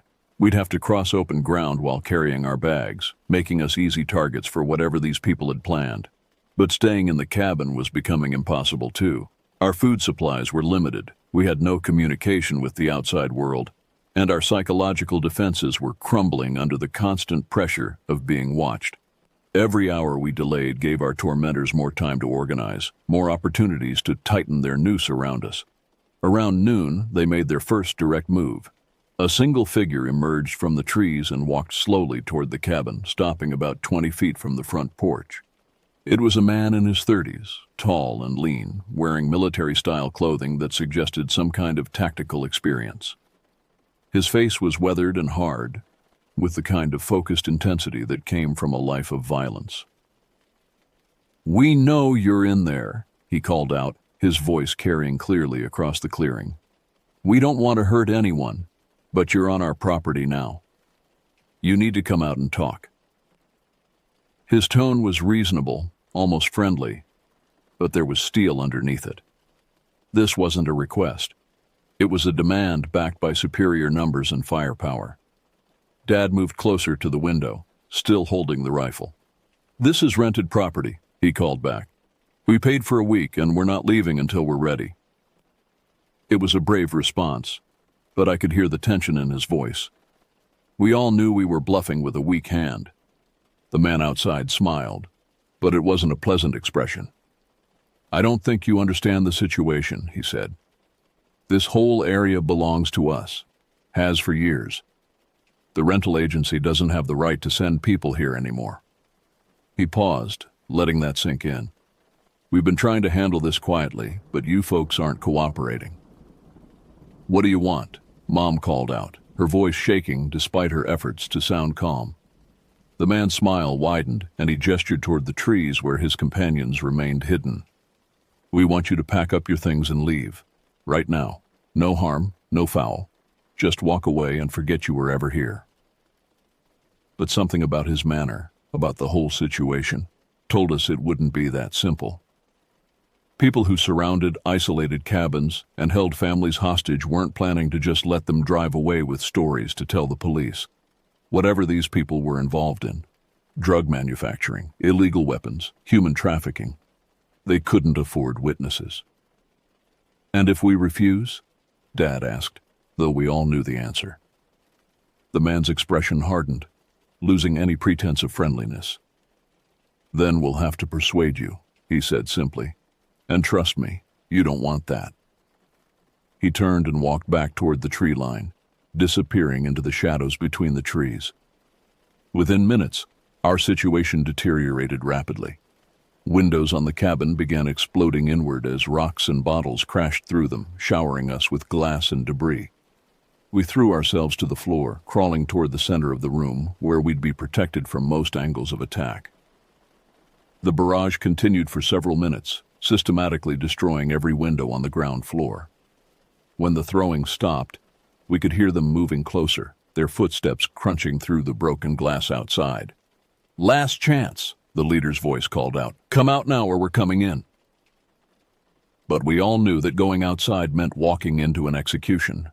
Our only hope was to stay barricaded and pray that someone would eventually come looking for us. The first real attack came from the back of the cabin. We heard the splintering of wood as they began breaking down the rear door with what sounded like an axe or heavy sledgehammer. Dad positioned himself facing that direction with the rifle ready, but we all knew 3 bullets wouldn't be enough if they rushed us all at once. The back door finally gave way with a crash that shook the entire cabin. Through the opening, I could see dark figures silhouetted against the forest beyond, moving with tactical precision as they prepared to enter our refuge. Dad's rifle cracked once, the sound deafening in the confined space, and one of the figures stumbled backward. But there were too many of them, and more were already pushing through the shattered doorway. "The cellar!" Mom shouted over the chaos. I'd forgotten about the basement entrance in the kitchen floor, hidden under a heavy rug. We scrambled toward it, Dad firing his second shot to buy us time. The bullet caught another attacker in the shoulder, spinning him around, but he didn't go down. These people were tough, experienced, and determined. Sam reached the cellar door first, yanking up the heavy wooden panel to reveal a ladder descending into darkness. One by one, we dropped down into the musty space below, Dad coming last with his final bullet still chambered. He slammed the cellar door shut above us, and we heard him dragging something heavy across it, probably the kitchen table. The basement was larger than I'd expected, stretching under most of the cabin's footprint. It smelled of damp earth and rotting wood, and I could feel spider webs brushing against my face in the darkness. Dad's flashlight revealed stone walls and a dirt floor, with old canning jars and forgotten tools scattered around the perimeter. But most importantly, I could see another way out. A small window near the ground level, just big enough for us to crawl through. Above us, we could hear our attackers searching the cabin, their heavy boots thudding across the floor as they looked for us. Furniture crashed over, and someone was shouting orders in an angry voice. They'd discovered our escape route within minutes, and we could hear them trying to break down the cellar door. The heavy table Dad had dragged over it was buying us time, but not much. "Everyone out the window," Dad whispered urgently. "Stay low and head for the car. Don't stop for anything." Mom went first, wriggling through the narrow opening with surprising speed. Sam followed, then me. As I pulled myself through the window, I could hear the cellar door finally giving way above us. They'd be down here in seconds. Dad emerged from the window just as the first attacker reached the basement. We ran in a crouch across the clearing, using the cabin itself as cover from the watchers in the trees. The car seemed impossibly far away, and I expected bullets to start flying at any moment. My lungs burned as we sprinted across the open ground, our feet pounding on the gravel driveway. We reached the vehicle just as shouts erupted from the cabin behind us. Dad's hand shook as he fumbled with the keys, and for a terrifying moment, I thought the engine wouldn't start. but it caught on the second try, roaring to life just as the first of our pursuers rounded the corner of the building.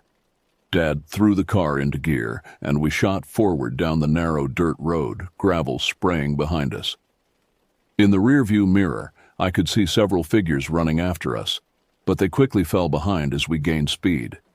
However, I also saw something that made my stomach drop. Another vehicle, a large SUV, pulling out from a concealed position among the trees. They'd been ready for this possibility, and now they were following us, gaining ground on the winding forest road. The chase through the woods was terrifying. Dad pushed our rental car to its limits on the narrow, twisting road, taking curves at dangerous speeds while tree branches scraped against the windows. Behind us, the SUV's more powerful engine and higher ground clearance gave it advantages on the rough terrain. They were slowly but steadily closing the distance. There, Mom pointed ahead to where our dirt track intersected with a paved county highway. If we could reach that main road, we might encounter other traffic, police, help of some kind. But the SUV was almost close enough to ram us now, and I could see armed figures leaning out of its windows. We hit the paved road at full speed, tires squealing as Dad yanked the wheel to the left. The heavier SUV couldn't turn as quickly, sliding wide and giving us a momentary advantage. But we were still miles from any town, still alone on an empty highway with our pursuers right behind us. The nightmare wasn't over. It was just changing location. The highway stretched ahead of us, empty and desolate in the afternoon heat. Our rental car's engine was straining at its maximum speed, the RPM gauge hovering dangerously in the red zone, but Dad didn't dare slow down. Behind us, the black SUV had recovered from its wide turn and was once again gaining ground, its more powerful engine giving it a clear advantage on the straightaway. "How far to the next town?" Mom asked, her voice tight with fear as she checked the side mirror. The SUV was close enough now that we could see the grim faces of its occupants through the windshield. There were at least 4 people crammed into the vehicle, and I could make out the shapes of weapons in their hands. "At least 10 miles, Dad replied, his knuckles white as he gripped the steering wheel. "Maybe more." 10 miles might as well have been 100 at our current rate of fuel consumption and engine strain. The car was already starting to overheat, steam beginning to rise from under the hood. We weren't going to be able to maintain this pace much longer. Sam was pressed against the back window, watching our pursuers with wide, frightened eyes. "They're getting closer," he reported unnecessarily. We could all see the SUV looming larger in the mirrors, its chrome grille filling our rear view. These people were absolutely determined to catch us, which confirmed our worst fears about what they'd planned to do back at the cabin. The first shot shattered our rear window, sending safety glass cascading into the back seat. Sam threw himself down between the seats as more bullets punched through the car's thin metal body. The rear tires were their obvious target. If they could disable our vehicle, we'd be sitting ducks on the empty highway. Dad began swerving erratically, making us a harder target, but also slowing our overall speed. A curve ahead offered temporary relief from the gunfire, but as we rounded the bend, our hearts sank. The highway stretched straight for miles ahead, offering no cover, no places to hide, no opportunities to escape. Our engine temperature was climbing rapidly, and I could smell burning oil and coolant. The car wasn't going to last much longer under this kind of punishment, but then, in the distance, we saw salvation. A state police cruiser was parked at the side of the road, apparently running radar on the empty highway. The sight of that black and white vehicle with its distinctive light bar was the most beautiful thing I'd ever seen. Our attackers must have seen it too, because the SUV suddenly dropped back, putting distance between itself and our bullet-riddled car. Dad slowed as we approached the police cruiser, pulling over just in front of it. A tall trooper emerged from the vehicle, his hand resting casually on his service weapon as he walked toward us. He was middle-aged and professional-looking, with the kind of calm authority that comes from years of dealing with highway emergencies. "What seems to be the problem here?" he asked, taking in our panicked expressions and the obvious bullet damage to our car. Behind us, the black SUV had pulled over as well, but much further back, its occupants probably trying to decide whether to risk an encounter with law enforcement. "Those people have been chasing us," Dad said, his voice shaking with relief and residual fear. They surrounded our cabin, shot at us, tried to kill us. The trooper's expression grew more serious as he examined the bullet holes in our car and the shattered rear window. This wasn't a traffic violation or minor dispute. This was attempted murder. "Everyone out of the vehicle," the trooper said, his hand now resting more firmly on his weapon. "Stand behind my cruiser while I call this in." As we transferred to the relative safety of the police car, I kept glancing back at the SUV. Its occupants seemed to be having an animated discussion, probably weighing their options. Would they risk attacking a state trooper to get to us? The trooper was on his radio, calling for backup and an ambulance to check us over. His calm, professional demeanor was reassuring, but I noticed he kept one eye on the distant SUV while he talked. He understood the danger we were in, understood that these people might be desperate enough to escalate the situation even further. As if reading my thoughts, the SUV's engine roared to life. But instead of approaching us, it executed a rapid U-turn and sped back the way it had come, disappearing around the curve in the highway. Our attackers had decided that law enforcement involvement made the risk too high. For now, at least, we were safe. The next few hours passed in a blur of police interviews, medical examinations, and paperwork.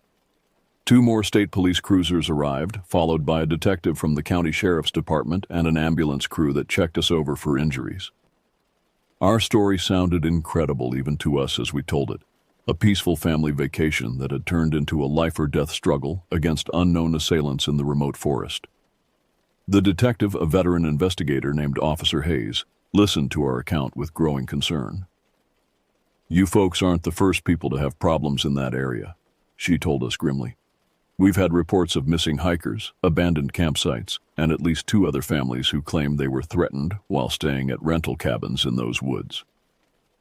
The pattern suggested an organized group that had been operating in the region for some time.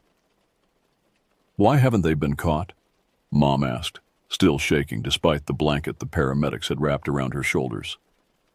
Officer Hayes sighed, her expression revealing the frustration of someone who'd been fighting a losing battle against elusive criminals.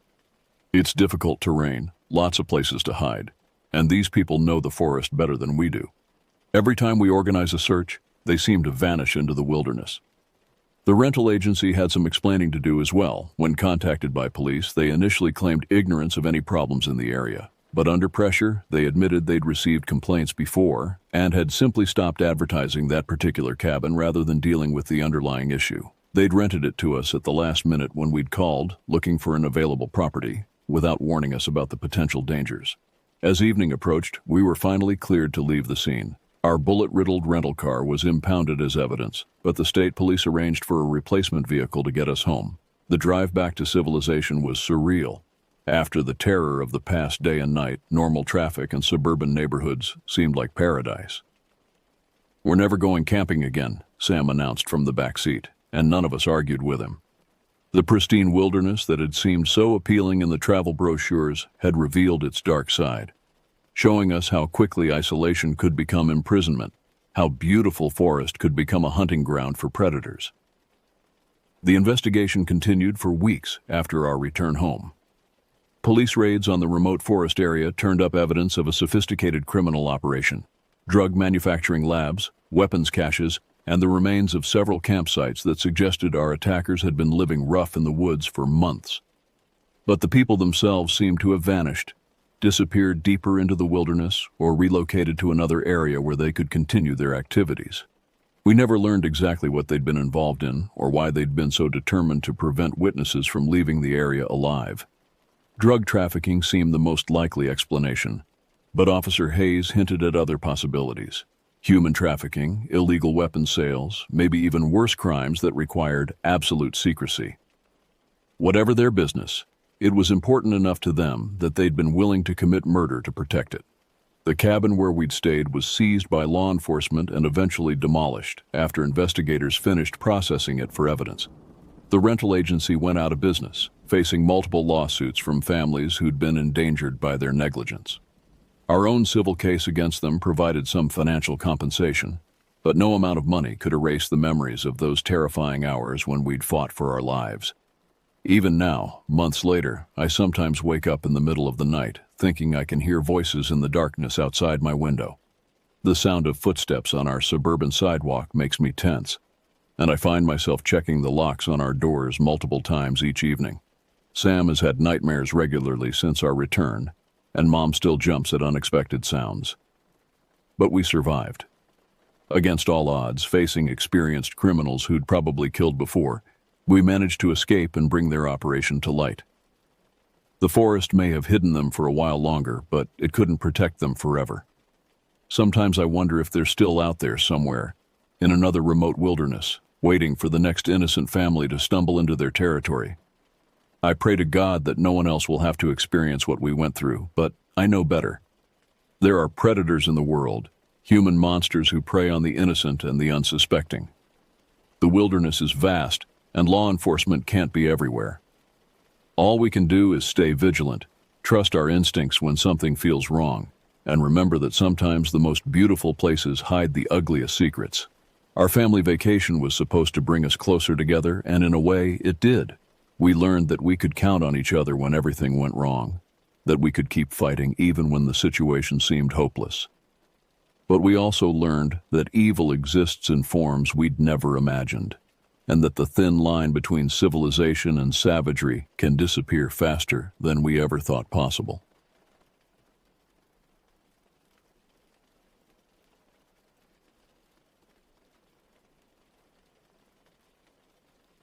I didn't think anything of it when I saw the rusted old sign pointing to Millwood.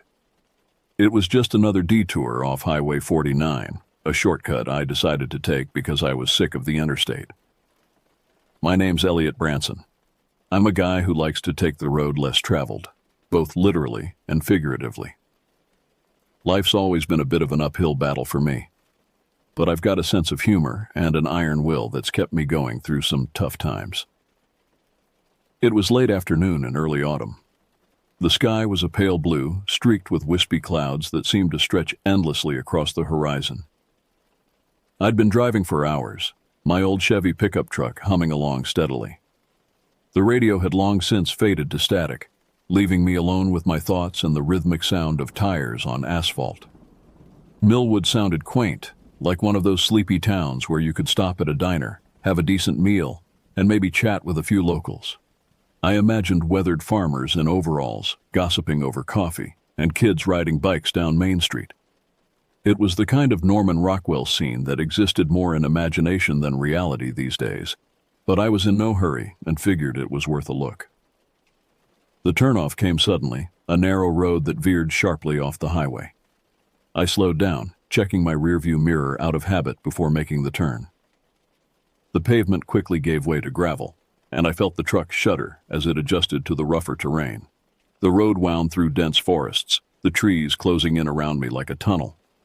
Thick trunks of oak and pine lined the way, their branches forming a canopy overhead that filtered the sunlight into dappled patterns on the ground. The air was cool and damp, carrying the rich scent of earth and decaying leaves. About 10 miles in, I started to get the feeling that something was off. There were no houses, no signs of life at all. Just trees, and more trees. The gravel road had narrowed even further, barely wide enough for my truck. Branches scraped against the sides of the vehicle, leaving thin scratches in the paint. I tried to get a signal on my phone, but it was dead. No bars, no nothing. Great, I muttered, rolling my eyes. Just my luck. I tossed the useless device onto the passenger seat and focused on the road ahead. Another 5 miles, and I came to a fork in the road. The left path looked more traveled, while the right was overgrown with weeds and branches. Naturally, I took the right. It was a decision that would haunt me for the rest of my life. The road got rougher, potholes and ruts making the ride uncomfortable. My truck bounced and jolted, the suspension creaking in protest. I gripped the steering wheel tighter, my knuckles turning white as I navigated the treacherous path. Just as I was about to turn around, convinced I'd made a mistake, I saw it. An old, decrepit house sitting back from the road, almost hidden by the forest. It was a massive Victorian structure, the kind you'd expect to see in a ghost story. 2 stories tall, with a steep roof and a turret on one side. It loomed against the darkening sky like a decaying giant. Curiosity got the better of me, and I pulled up into what used to be a driveway. Weeds had long since overtaken the gravel, and saplings were starting to sprout between the wheel ruts. I cut the engine and sat there for a moment, listening to the tick of the cooling metal and the whisper of wind through the trees. The house was falling apart, paint peeling off in chunks, windows broken or missing entirely. The porch sagged precariously, its railings long since rotted away. But there was something about it that drew me in, a kind of morbid fascination that I couldn't quite explain. I stepped out of the car, the door creaking loudly in the silence. As I approached the house, I noticed something strange. There were no sounds, no birds chirping, no insects buzzing, nothing. It was like the whole forest was holding its breath. I should have left right then. Every instinct was screaming at me to get back in the truck and drive away as fast as I could, but I didn't. Maybe it was stubbornness, or maybe it was just plain stupidity. Whatever the reason, I kept walking towards that dilapidated old house, my feet crunching on the overgrown path. The front door hung crookedly on its hinges, swaying slightly in the breeze. As I reached for the tarnished doorknob, a chill ran down my spine. I hesitated for a moment, then pushed the door open with a loud creak that echoed through the empty house. I stepped inside, and the floorboards groaned under my weight. The air was musty and thick, filled with the scent of decay and something else I couldn't quite place. Dust motes danced in the fading sunlight that filtered through the grimy windows, giving the whole scene an otherworldly quality. Old furniture, covered in sheets and cobwebs, was scattered around the room. A grand staircase led up to the second floor, but it looked unstable, several steps missing or broken. I decided to stay on the ground level, not trusting the structural integrity of the upper floors. That's when I heard it. A faint, rhythmic thumping sound coming from the back of the house. It was so out of place in the deathly silence that I froze for a second, straining my ears to make sure I wasn't imagining things. But no, there it was again. Thump. Thump. Thump. Against my better judgment, I followed the sound. It led me through a dining room with a long table still set for a meal long past, through a kitchen where rusted pots and pans hung from hooks on the wall, and finally to a door that was slightly ajar. The thumping was louder now, unmistakable. My heart was racing, but curiosity overrode my fear. I pushed the door open and found myself at the top of a set of stairs leading down into darkness. The cellar. The smell hit me first, a sickeningly sweet odor that made me gag. It was the smell of rot, of decomposition, of death. As my eyes adjusted to the dim light, I saw them. Bones, piles and piles of bones, some still with bits of flesh attached, all gnawed and broken. I stumbled back, my heart pounding in my chest. That's when I felt a sharp pain in my neck, and everything went black. I woke up in a dark, damp room, my hands and feet bound with rough rope. My head throbbed, and there was a metallic taste in my mouth that I recognized as blood. Panic threatened to overwhelm me, but I forced myself to stay calm. Panicking wouldn't help me get out of this situation. I took in my surroundings as best I could in the darkness. It was a small, windowless space with stone walls and a single door.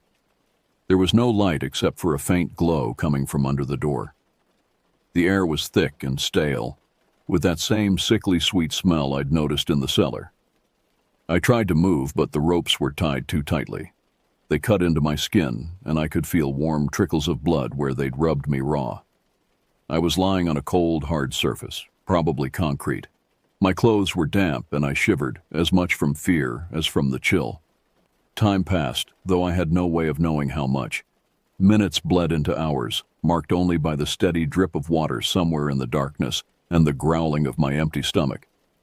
I drifted in and out of consciousness, my mind playing tricks on me in the pitch black. Eventually, I heard footsteps approaching. They were slow, deliberate, like whoever was coming wasn't in any hurry. The sound echoed off the stone walls, growing louder until it stopped right outside the door. There was a pause, long enough for my heart to start racing again. Then the scrape of a key in a lock. The door creaked open, flooding the room with harsh light that made me squint and turn away. A figure stepped inside, and as my eyes adjusted, I could make out their features. It was a man, tall and lanky, with wild hair that stuck out in all directions. He wore tattered clothes that might have once been a suit but were now just rags held together by dirt and what looked suspiciously like dried blood. But it was his face that made my blood run cold. His skin was pale, almost translucent, stretched tight over sharp cheekbones. His eyes were sunken and wild, darting around the room before fixing on me with an intensity that made me want to shrink into the floor. And when he grinned, he revealed teeth that were filed to points, like a shark's mouth transplanted into a human face. "Well, look who's awake," he said, his voice raspy and unsettling, like sandpaper on my nerves. He took a step closer, and I could smell his breath, a mixture of rot and something metallic. "You shouldn't have come here, stranger, but then again, we're glad you did." I swallowed hard, trying to find my voice. "What do you want?" I managed to croak, my throat dry and sore. He chuckled, a sound devoid of any real humor. "It's not about what I want. It's about what you're going to give us." He leaned in close, his foul breath washing over me. "Everything." With that cryptic statement, he turned and left, locking the door behind him.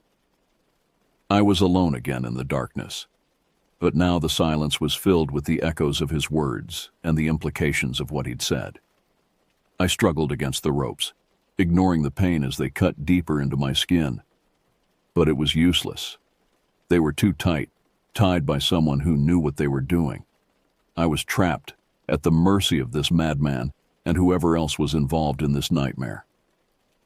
As I lay there, my mind raced through possibilities. Who were these people? What did they want with me?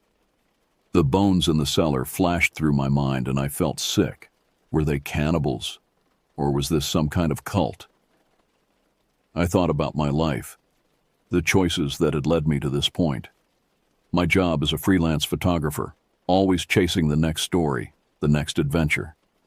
The friends and family I'd left behind, always promising to visit but never quite making it. Would anyone even notice I was missing? Time continued to pass, marked only by the occasional sounds of movement outside my prison. Sometimes I heard voices, muffled conversations that I couldn't quite make out. Other times there were screams, distant and quickly silenced, but unmistakable. I tried to keep track of time to maintain some sense of normalcy, but it was impossible. In the constant darkness, with no reference points, hours could have been days for all I knew. I drifted in and out of sleep, plagued by nightmares when I did manage to doze off.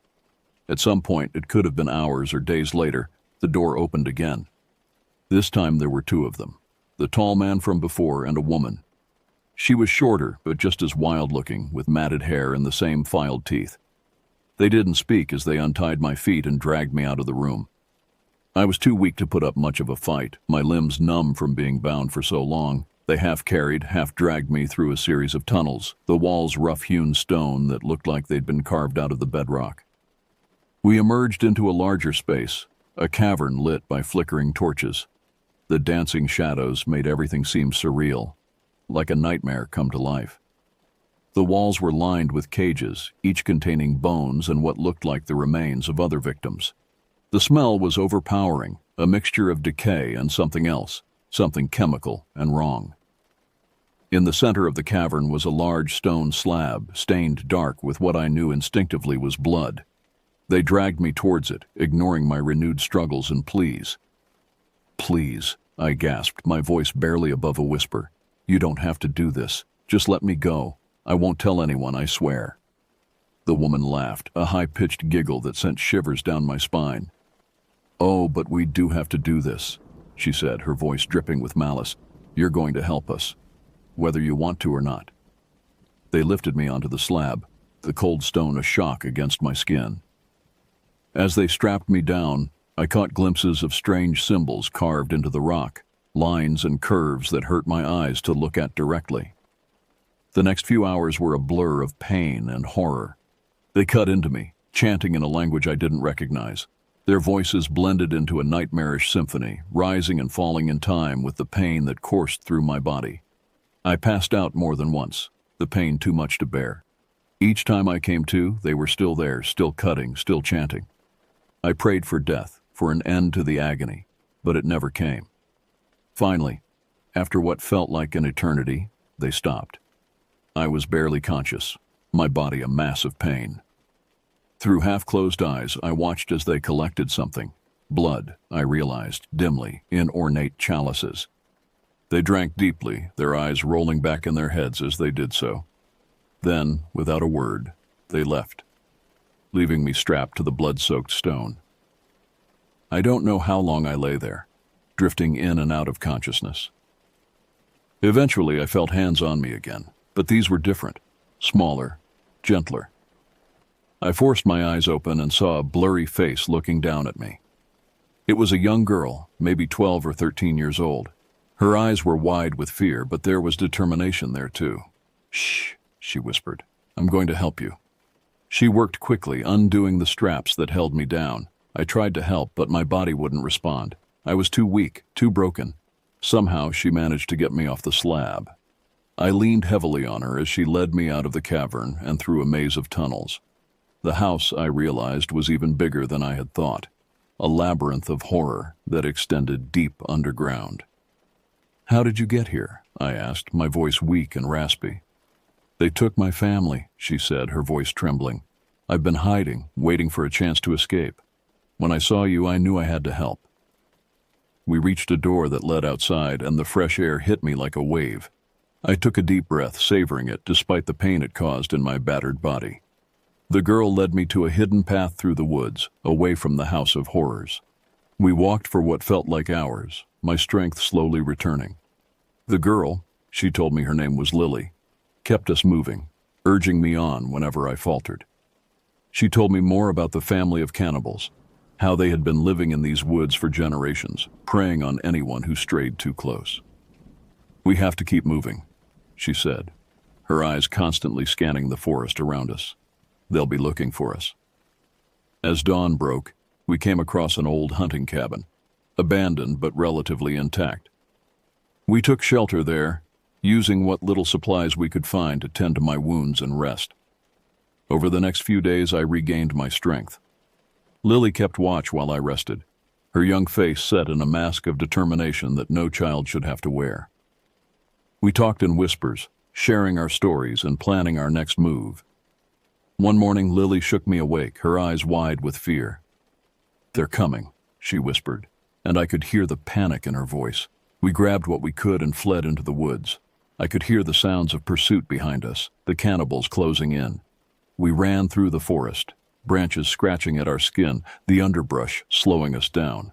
Just when I thought we were done for, we broke through the trees and onto a road. A car was coming, and I waved frantically, praying that they would stop and not just drive by. The driver, a middle-aged man with a kind face, slowed down and then stopped. He took one look at us, me, covered in half-healed wounds and wild-eyed with fear, and Lily, a young girl clearly in distress, and immediately opened the doors. "Get in, quick!" he shouted, and we didn't need to be told twice. We scrambled into the back seat, just as I heard the sounds of our pursuers getting closer. The man floored the accelerator, and we sped away, leaving the nightmare behind. For several minutes, nobody spoke. The only sounds were our ragged breathing and the hum of the car's engine. Finally, the man spoke. "I'm Frank," he said, his eyes meeting mine in the rearview mirror. "What in God's name happened to you two?" I hesitated, not sure how much to say. How could I explain what we'd been through without sounding completely insane? But Lily spoke up, her voice trembling but clear. "There are bad people back there," she said. "They hurt us. They eat people." Frank's eyes widened, but to his credit, he didn't immediately dismiss her words. "We need to get you to the police," he said firmly. The next few hours were a blur. Frank drove us to the nearest town, a place called Riverdale, about 50 miles from where he'd picked us up. The local police station was small, just a handful of officers, but they took our statements seriously. At first, they were skeptical. I could see it in their eyes. They thought we were making it up or that we were on drugs. But the evidence was hard to ignore. My injuries, clearly not self-inflicted. Lily's haunted eyes and the details she provided about her captivity.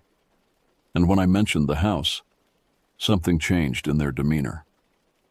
"The old Millwood mansion?" one of the officers asked, his face pale. "We've had reports about that place for years. Missing hikers, strange noises, but never anything solid enough for a warrant. They called in state police and FBI. Over the next few days, Lily and I were questioned repeatedly, asked to go over our stories again and again. They brought in sketch artists, had us look at maps to pinpoint locations. It was exhausting, but I knew it was necessary. A week after our escape, they raided the house. What they found was worse than anything they could have imagined.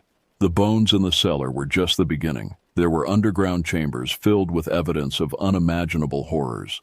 Bodies in various states of decay, ritualistic altars stained with blood, journals detailing generations of cannibalism and dark rituals. The family, if you could call them that, didn't go down without a fight. In the end, several officers were injured, and 2 of the cannibals were killed. The rest were arrested, their reign of terror finally over. The story made national news. "Cannibal cult in quiet mountain town," the headlines screamed. Journalists descended on Riverdale, all of them wanting interviews, wanting to hear our story firsthand. I refused to talk to them. I couldn't bear to relive it all again, to see the horror and disbelief in their eyes. Lily was taken into protective custody, placed with a foster family far away from the memories of what she'd endured. As for me, I left as soon as the police said I could go. I couldn't stand to be there anymore, couldn't bear the pitying looks and the whispered conversations that stopped when I entered a room. I got in my truck, miraculously recovered from the old mansion's driveway, and I drove. I drove for days, no real destination in mind. I just needed to put as much distance between myself and Millwood as possible. I ended up in a small coastal town in Oregon, the kind of place where nobody asks too many questions about your past. I found a job as a night watchman at the local marina. It was quiet work, perfect for someone who had trouble sleeping, who startled at every unexpected noise. During the day, I'd walk on the beach, the sound of the waves slowly drowning out the echoes of screams that still haunted my dreams. Months passed, then years. Slowly, I started to heal. The nightmares became less frequent. I could look at my scars without feeling phantom pain. I even made a few friends, though I never told them the full story of what had happened to me. I kept tabs on the case from afar. The trials dragged on for years, each revelation more horrifying than the last. The family's atrocities stretched back generations, with hundreds of victims over the decades. Some of the younger members tried to claim they were brainwashed, forced into it by their elders. But the evidence was damning, and in the end, they were all convicted. Lily testified at the trials.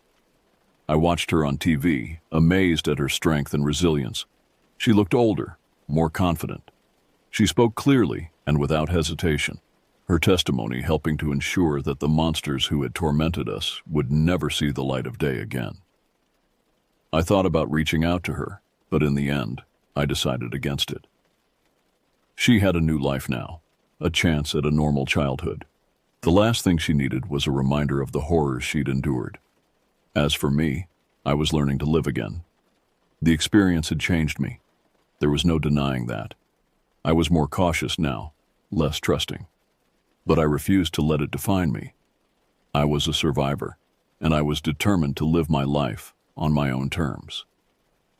I still avoid the back roads, though, and I never, ever take shortcuts. Sometimes late at night when the fog rolls in from the sea, I think about Millwood. I think about the what-ifs. What if I hadn't taken that turn? What if Frank hadn't come along when he did? What if Lily hadn't found the courage to help me escape? But I try not to dwell on these thoughts. The past is the past, and no amount of wondering will change it. All I can do is move forward, one day at a time. And so I do. I wake up each morning, I go to work, I live my life. And if sometimes I wake up in a cold sweat, the taste of fear in my mouth, well, that's just the price of survival.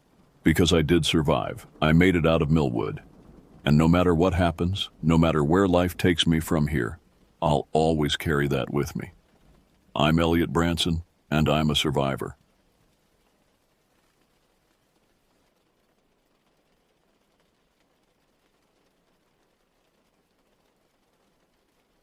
I have always considered myself a resilient man, the kind who could weather life's storms with gritted teeth and a stiff upper lip. My name's Victor DeWitt, and back in 1995, I was trudging through a dead-end job in Pittsburgh, punching the clock in a soulless office building that seemed to suck the life out of everyone who entered its doors. The monotony of my days was soul-crushing. I'd wake up at 6 a.m., force down a bowl of tasteless cereal, and catch the 7:15 bus to downtown. The ride was always the same, packed with other lifeless workers, all of us avoiding eye contact, lost in our own worlds of quiet desperation. My job at Steelton Industries was mind-numbing. I was a data entry clerk, spending my days inputting endless streams of numbers into an ancient computer system that seemed to run on spite and coffee stains. The fluorescent lights buzzed incessantly overhead, a constant reminder of the artificial environment we'd trapped ourselves in. Lunch was a brief respite, usually a sad sandwich from the vending machine, eaten at my desk while I stared out the smudged window at the gray Pittsburgh skyline. Sometimes I'd catch a glimpse of the distant hills, a reminder of the world beyond these concrete walls. The afternoons dragged on, each minute feeling like an hour. By the time 5 p.m. rolled around, I was mentally exhausted, my brain fried from the constant stream of meaningless data.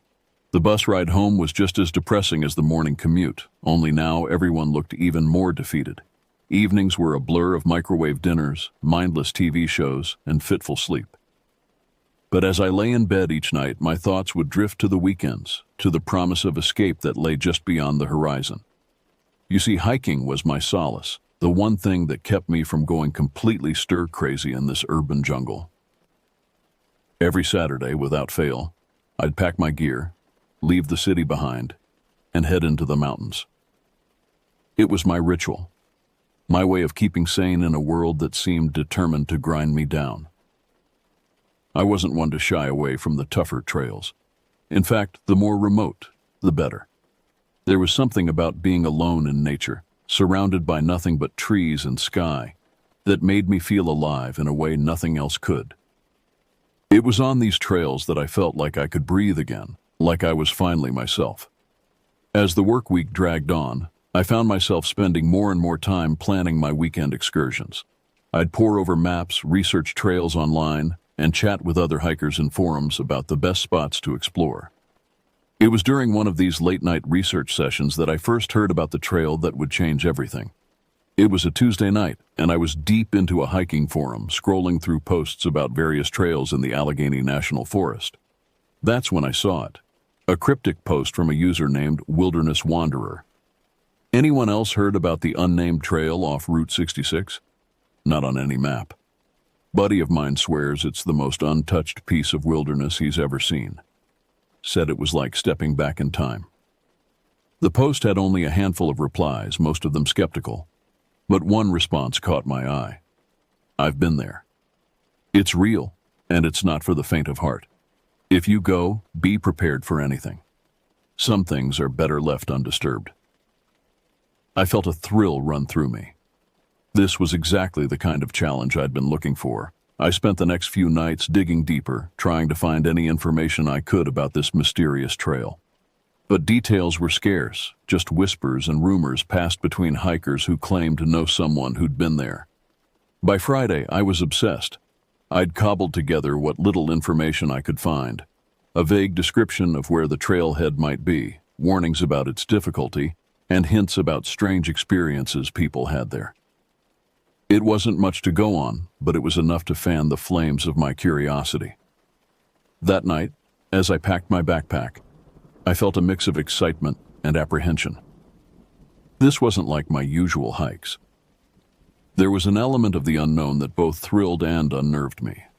I double-checked my gear. Extra water, high-energy snacks, first aid kit, compass, and a detailed topographic map of the area where I thought the trail might be. As I zipped up my pack, I caught a glimpse of myself in the mirror. The man staring back at me looked different somehow. There was a gleam in his eye that I hadn't seen in years.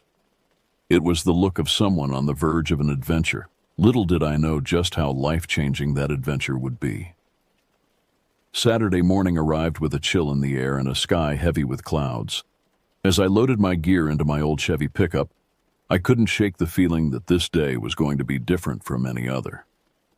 The drive to the Allegheny National Forest was long and winding. I left Pittsburgh behind, watching as the urban sprawl gave way to rolling hills and then to the dense forests of northwestern Pennsylvania. The further I drove, the more isolated I felt, and the more my anticipation grew. It took hours of navigating twisting back roads, following the vague directions I'd pieced together from online forums and whispered conversations. More than once I thought I'd taken a wrong turn, finding myself on dirt roads that seemed to lead nowhere. Just as I was about to give up and turn back, I saw it, a small gap between two ancient oak trees, barely noticeable unless you were looking for it. This had to be the trailhead I'd heard about. I parked my Chevy on the shoulder of the road and stepped out. The forest loomed before me, dark and primeval. The trees here were old, their trunks gnarled and massive, their branches reaching up to form a canopy so dense that little sunlight penetrated to the forest floor. As I shouldered my pack and approached the gap between the trees, I felt a shiver run down my spine. It wasn't just the chill in the air, there was something about this place that felt off. The usual sounds of the forest, birdsong, the rustle of small animals in the underbrush, were strangely absent. The silence was oppressive, broken only by the crunch of leaves under my boots. I took a deep breath, steeling myself, and stepped onto the trail. Immediately, I felt like I'd entered another world. The path was narrow and overgrown, barely visible in places.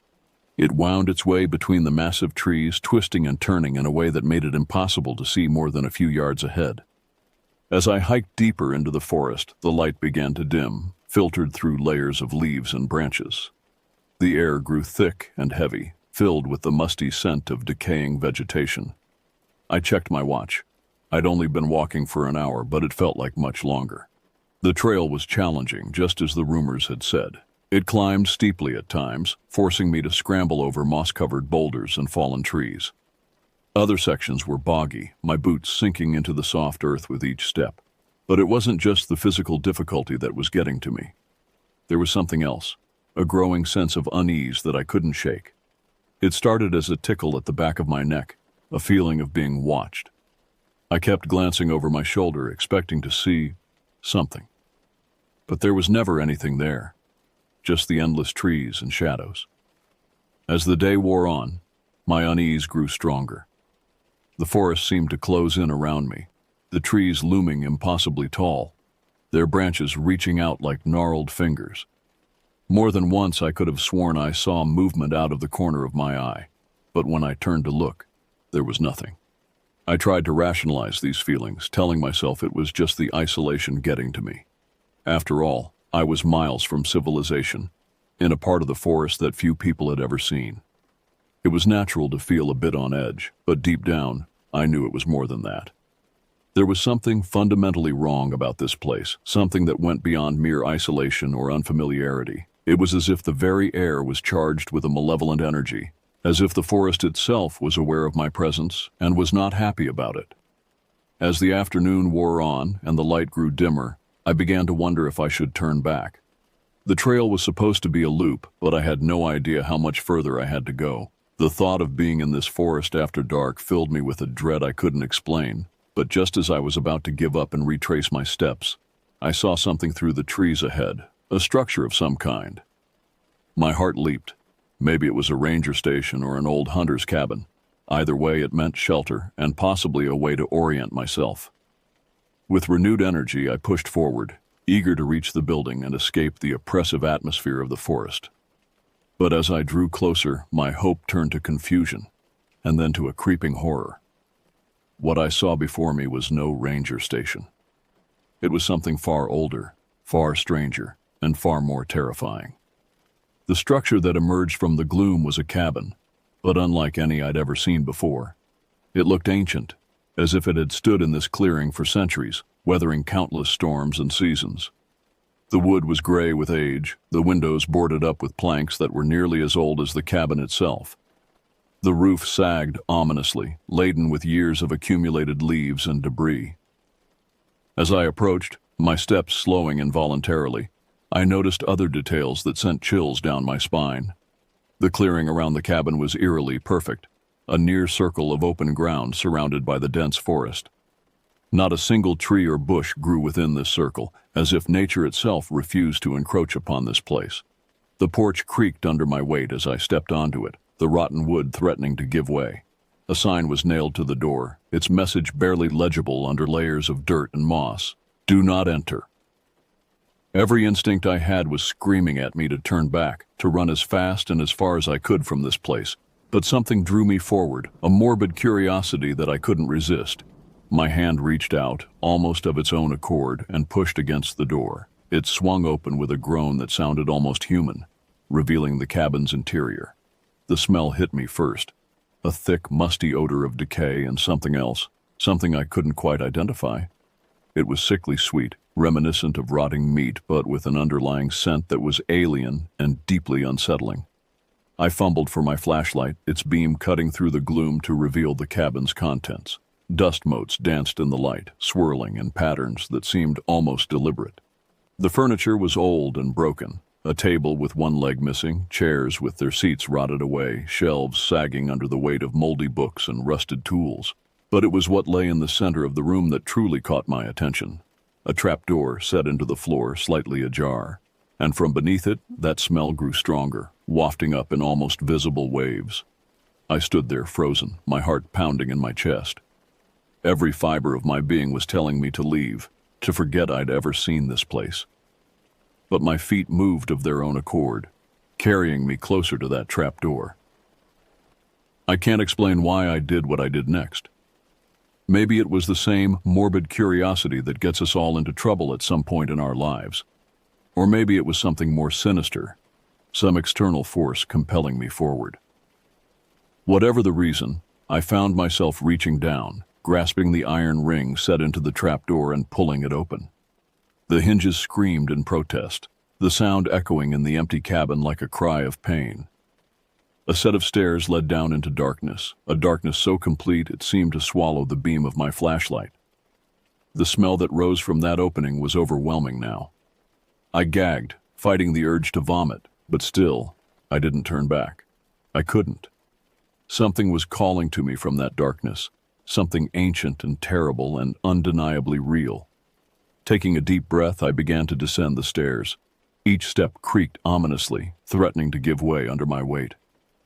The air grew colder as I went deeper, and I could have sworn I felt something brush against my skin, like cobwebs or ghostly fingers. When I reached the bottom, I found myself in a small chamber. My flashlight revealed walls that at first glance looked like they were covered in some kind of plaster. But as I looked closer, I realized with growing horror that the texture was all wrong. It was organic, almost alive, like the inside of some giant shell or the lining of a stomach. In the center of the chamber stood a table, and on that table, I'm still not sure how to describe what I saw.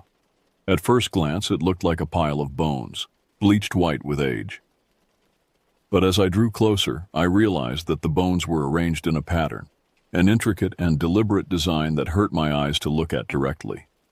And beneath the bones, there was something else, a shape, a mass of flesh. It pulsated slightly, with a texture like raw meat. I backed away, my heart pounding so hard I thought it might burst from my chest. Whatever this thing was, it was wrong. It didn't belong in this world. It was an abomination, a violation of every natural law I knew. I turned to leave, my only thought to get as far away from this place as possible. But then I heard it, a low, wet sound, like something being dragged across the floor.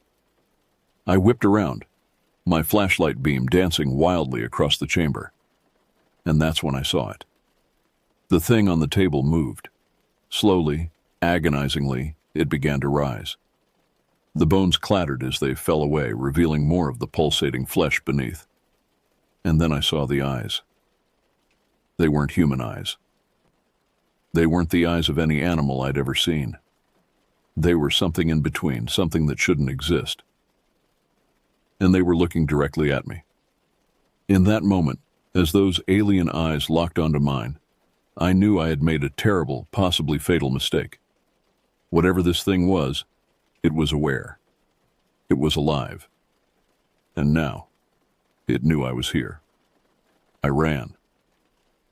I didn't look back, didn't pause to think. I just ran, taking the stairs two at a time, my feet barely touching the ground. The darkness seemed thicker now, more alive, as if it was trying to pull me back down. I burst out of the cabin, gasping for air, and sprinted into the woods. The sun was lower in the sky now, casting long shadows that seemed to reach for me as I ran. But I didn't stop. I couldn't. I'm not sure how long I ran, or even in what direction. All I knew was that I had to get away, had to put as much distance between myself and that cabin as possible. It wasn't until I finally reached my truck, out of breath and trembling, that I dared to look back. The cabin was barely visible through the trees, just a dark shape in the distance. But I could have sworn I saw movement, a shadow darker than the rest, watching me from the tree line. I threw my gear into the truck, jumped in, and tore out of there. The tires kicked up gravel as I sped down the road, not slowing down until I hit the main highway. Even then, I kept driving, putting mile after mile between me and that forsaken place. I didn't sleep that night. How could I, with the image of those eyes burned into my mind? Every time I closed my eyes, I saw them staring back at me, alien and hungry. In the days that followed, I tried to rationalize what I had seen. Maybe it was just my imagination playing tricks on me. Maybe the isolation and the unfamiliar surroundings had caused me to hallucinate. Or maybe it was some elaborate hoax, a prank set up by locals to scare off city folk like me. But deep down, I knew none of those explanations were true. What I had seen in that cabin was real. It was dangerous. And somehow I knew it wasn't finished with me yet. I couldn't bring myself to go back to work. The thought of sitting in that office, inputting meaningless data while pretending everything was normal, was more than I could bear. I called in sick, using up vacation days I'd been saving for years. I spent days holed up in my apartment, jumping at every sound, convinced that somehow that thing from the cabin had followed me home. I couldn't shake the feeling of being watched, even in the heart of the city. As the days turned into weeks, I tried to return to some semblance of normalcy. I went back to work, but everything felt different now. The mundane problems of office life seemed trivial compared to what I had experienced. My co-workers noticed the change in me, the dark circles under my eyes, the way I flinched at sudden movements, the haunted look that never quite left my face. I couldn't bring myself to go hiking anymore. The thought of stepping into the woods filled me with a primal dread. My hiking gear gathered dust in the corner of my apartment, a reminder of the life I had lost. Nights were the worst.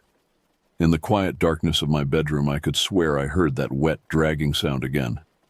Sometimes, in the moments between sleeping and waking, I thought I saw those eyes glowing in the shadows. I became obsessed with researching the area where I had found the cabin. I spent hours online, digging through old newspaper archives and local history books. What I found only deepened the mystery. There were stories, dating back centuries, of strange disappearances in that part of the Allegheny National Forest. Native American legends spoke of an evil spirit that lived in the woods, luring travelers to their doom. Settlers in the 18th and 19th centuries reported encounters with something they couldn't explain, something that left them changed. But it was a series of more recent incidents that truly chilled me to the bone. Over the past few decades, there had been multiple cases of hikers going missing in that area. Some were never found. Others turned up weeks or months later, alive, but profoundly altered. They spoke of lost time, of experiences they couldn't or wouldn't describe. Many never set foot in the woods again. As I delved deeper into these stories, I began to see connections, patterns that had been overlooked. And I realized with growing horror that what I had encountered in that cabin was part of something much larger and much older than I had initially thought. I knew I couldn't keep this to myself. I had to warn others, to prevent anyone else from stumbling upon that cursed place. But who would believe me? I could barely believe it myself, and I had seen it with my own eyes. I started posting anonymously on hiking forums, warning people away from that area. I contacted the park rangers, spinning a story about dangerous terrain and unstable structures. I did everything I could to keep others away, all while knowing that it might not be enough. Months passed, and slowly, The acute terror of my experience began to fade into a chronic anxiety that colored every aspect of my life. I quit my job, unable to bear the confinement of the office any longer.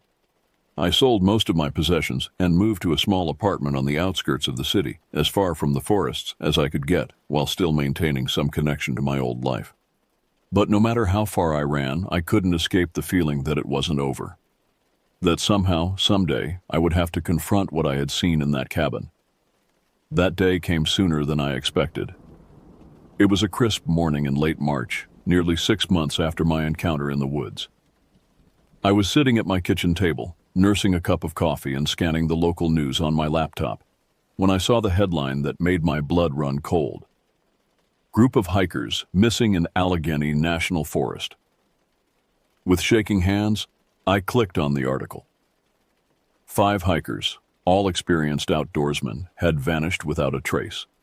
The last known coordinates of their GPS trackers placed them in the exact area where I had found the cabin. I felt the weight of responsibility settle on my shoulders. I had tried to warn people, but it hadn't been enough. And now more lives were at stake. I knew what I had to do, even though every instinct screamed against it. I had to go back. I had to find those hikers, or at least discover what had happened to them. And maybe, just maybe, I could find a way to end this once and for all. As I packed my bag, pulling my long-neglected hiking gear out of storage, I felt a mix of terror and determination.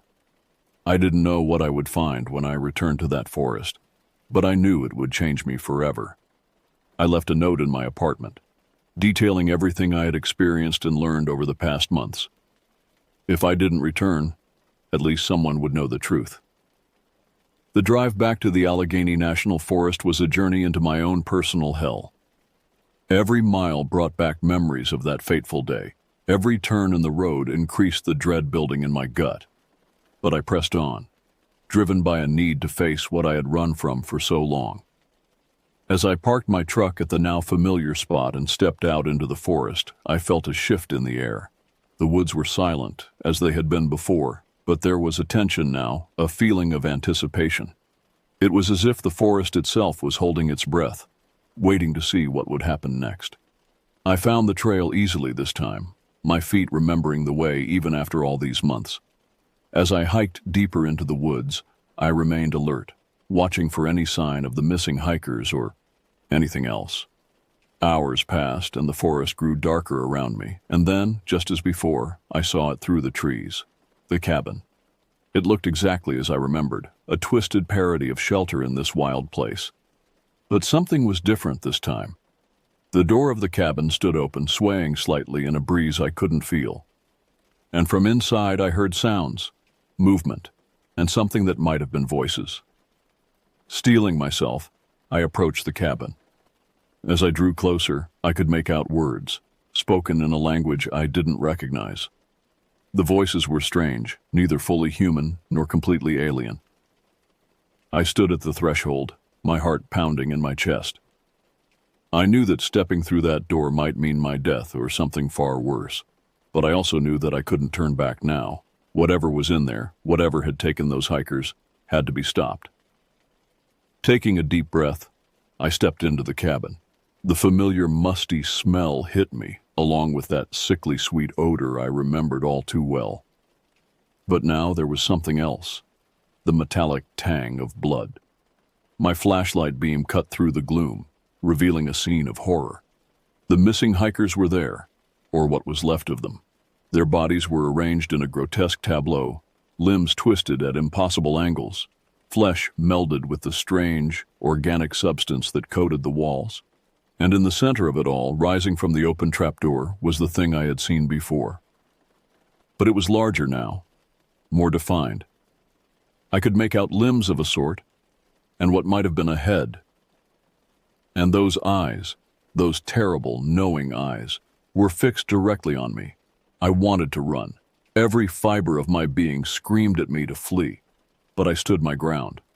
I had come here for a reason, and I wouldn't leave until I had seen it through. The thing moved towards me, its form shifting and changing with each step. I could hear whispers in my mind, promises of power and knowledge beyond human comprehension. For a moment, I felt myself drawn to it, tempted by what it offered. But then I remembered the hikers, their broken bodies a stark reminder of the true nature of this entity. With a supreme effort of will, I shook off its influence. I don't know where I found the strength to do what I did next. Maybe it was desperation, or maybe some long-dormant instinct kicking in, but as the creature reached for me, I ducked under its grasp and lunged for the far wall of the cabin. My hands found what I was looking for, an old oil lamp left behind by some long-ago inhabitant. In one fluid motion, I smashed the lamp against the wall and fumbled with my lighter. The flame caught immediately, feeding on the decades-old oil and the dry, rotted wood of the cabin. The fire spread with unnatural speed, as if the cabin itself was eager to burn. The creature let out a sound, not a scream, but a psychic howl that threatened to shatter my sanity. It recoiled from the flames, its form wavering and dissolving. I didn't wait to see what would happen next. I ran, bursting out of the cabin and into the woods. Behind me, I could hear the roar of the fire and that unearthly howling. The forest itself seemed to be screaming, the trees groaning and snapping in the heat. I ran until my lungs burned and my legs gave out. When I finally stopped and looked back, I saw a column of smoke rising above the trees, black and thick and somehow wrong. I made my way back to my truck in a daze, my mind struggling to process what had happened. As I drove away from the forest, I felt a weight lift from my shoulders. I knew somehow that it was over. Whatever that thing had been, whatever ancient evil had taken root in those woods, it was gone now. The authorities later ruled the fire an accident, a campfire left unattended by careless hikers. The bodies of the missing group were never found, assumed to have been consumed by the blaze. I never told anyone the full story of what happened in those woods. Who would believe me? But sometimes, on dark nights, when the wind howls outside my window, I remember. I remember the cabin and the thing that lived beneath it. And I wonder, did I really destroy it? Or is it still out there somewhere in the dark places of the world waiting for its next victim? I may never know for sure. But one thing I do know, I'll never set foot in those woods again. Some things once seen can never be unseen, and some adventures are better left untaken.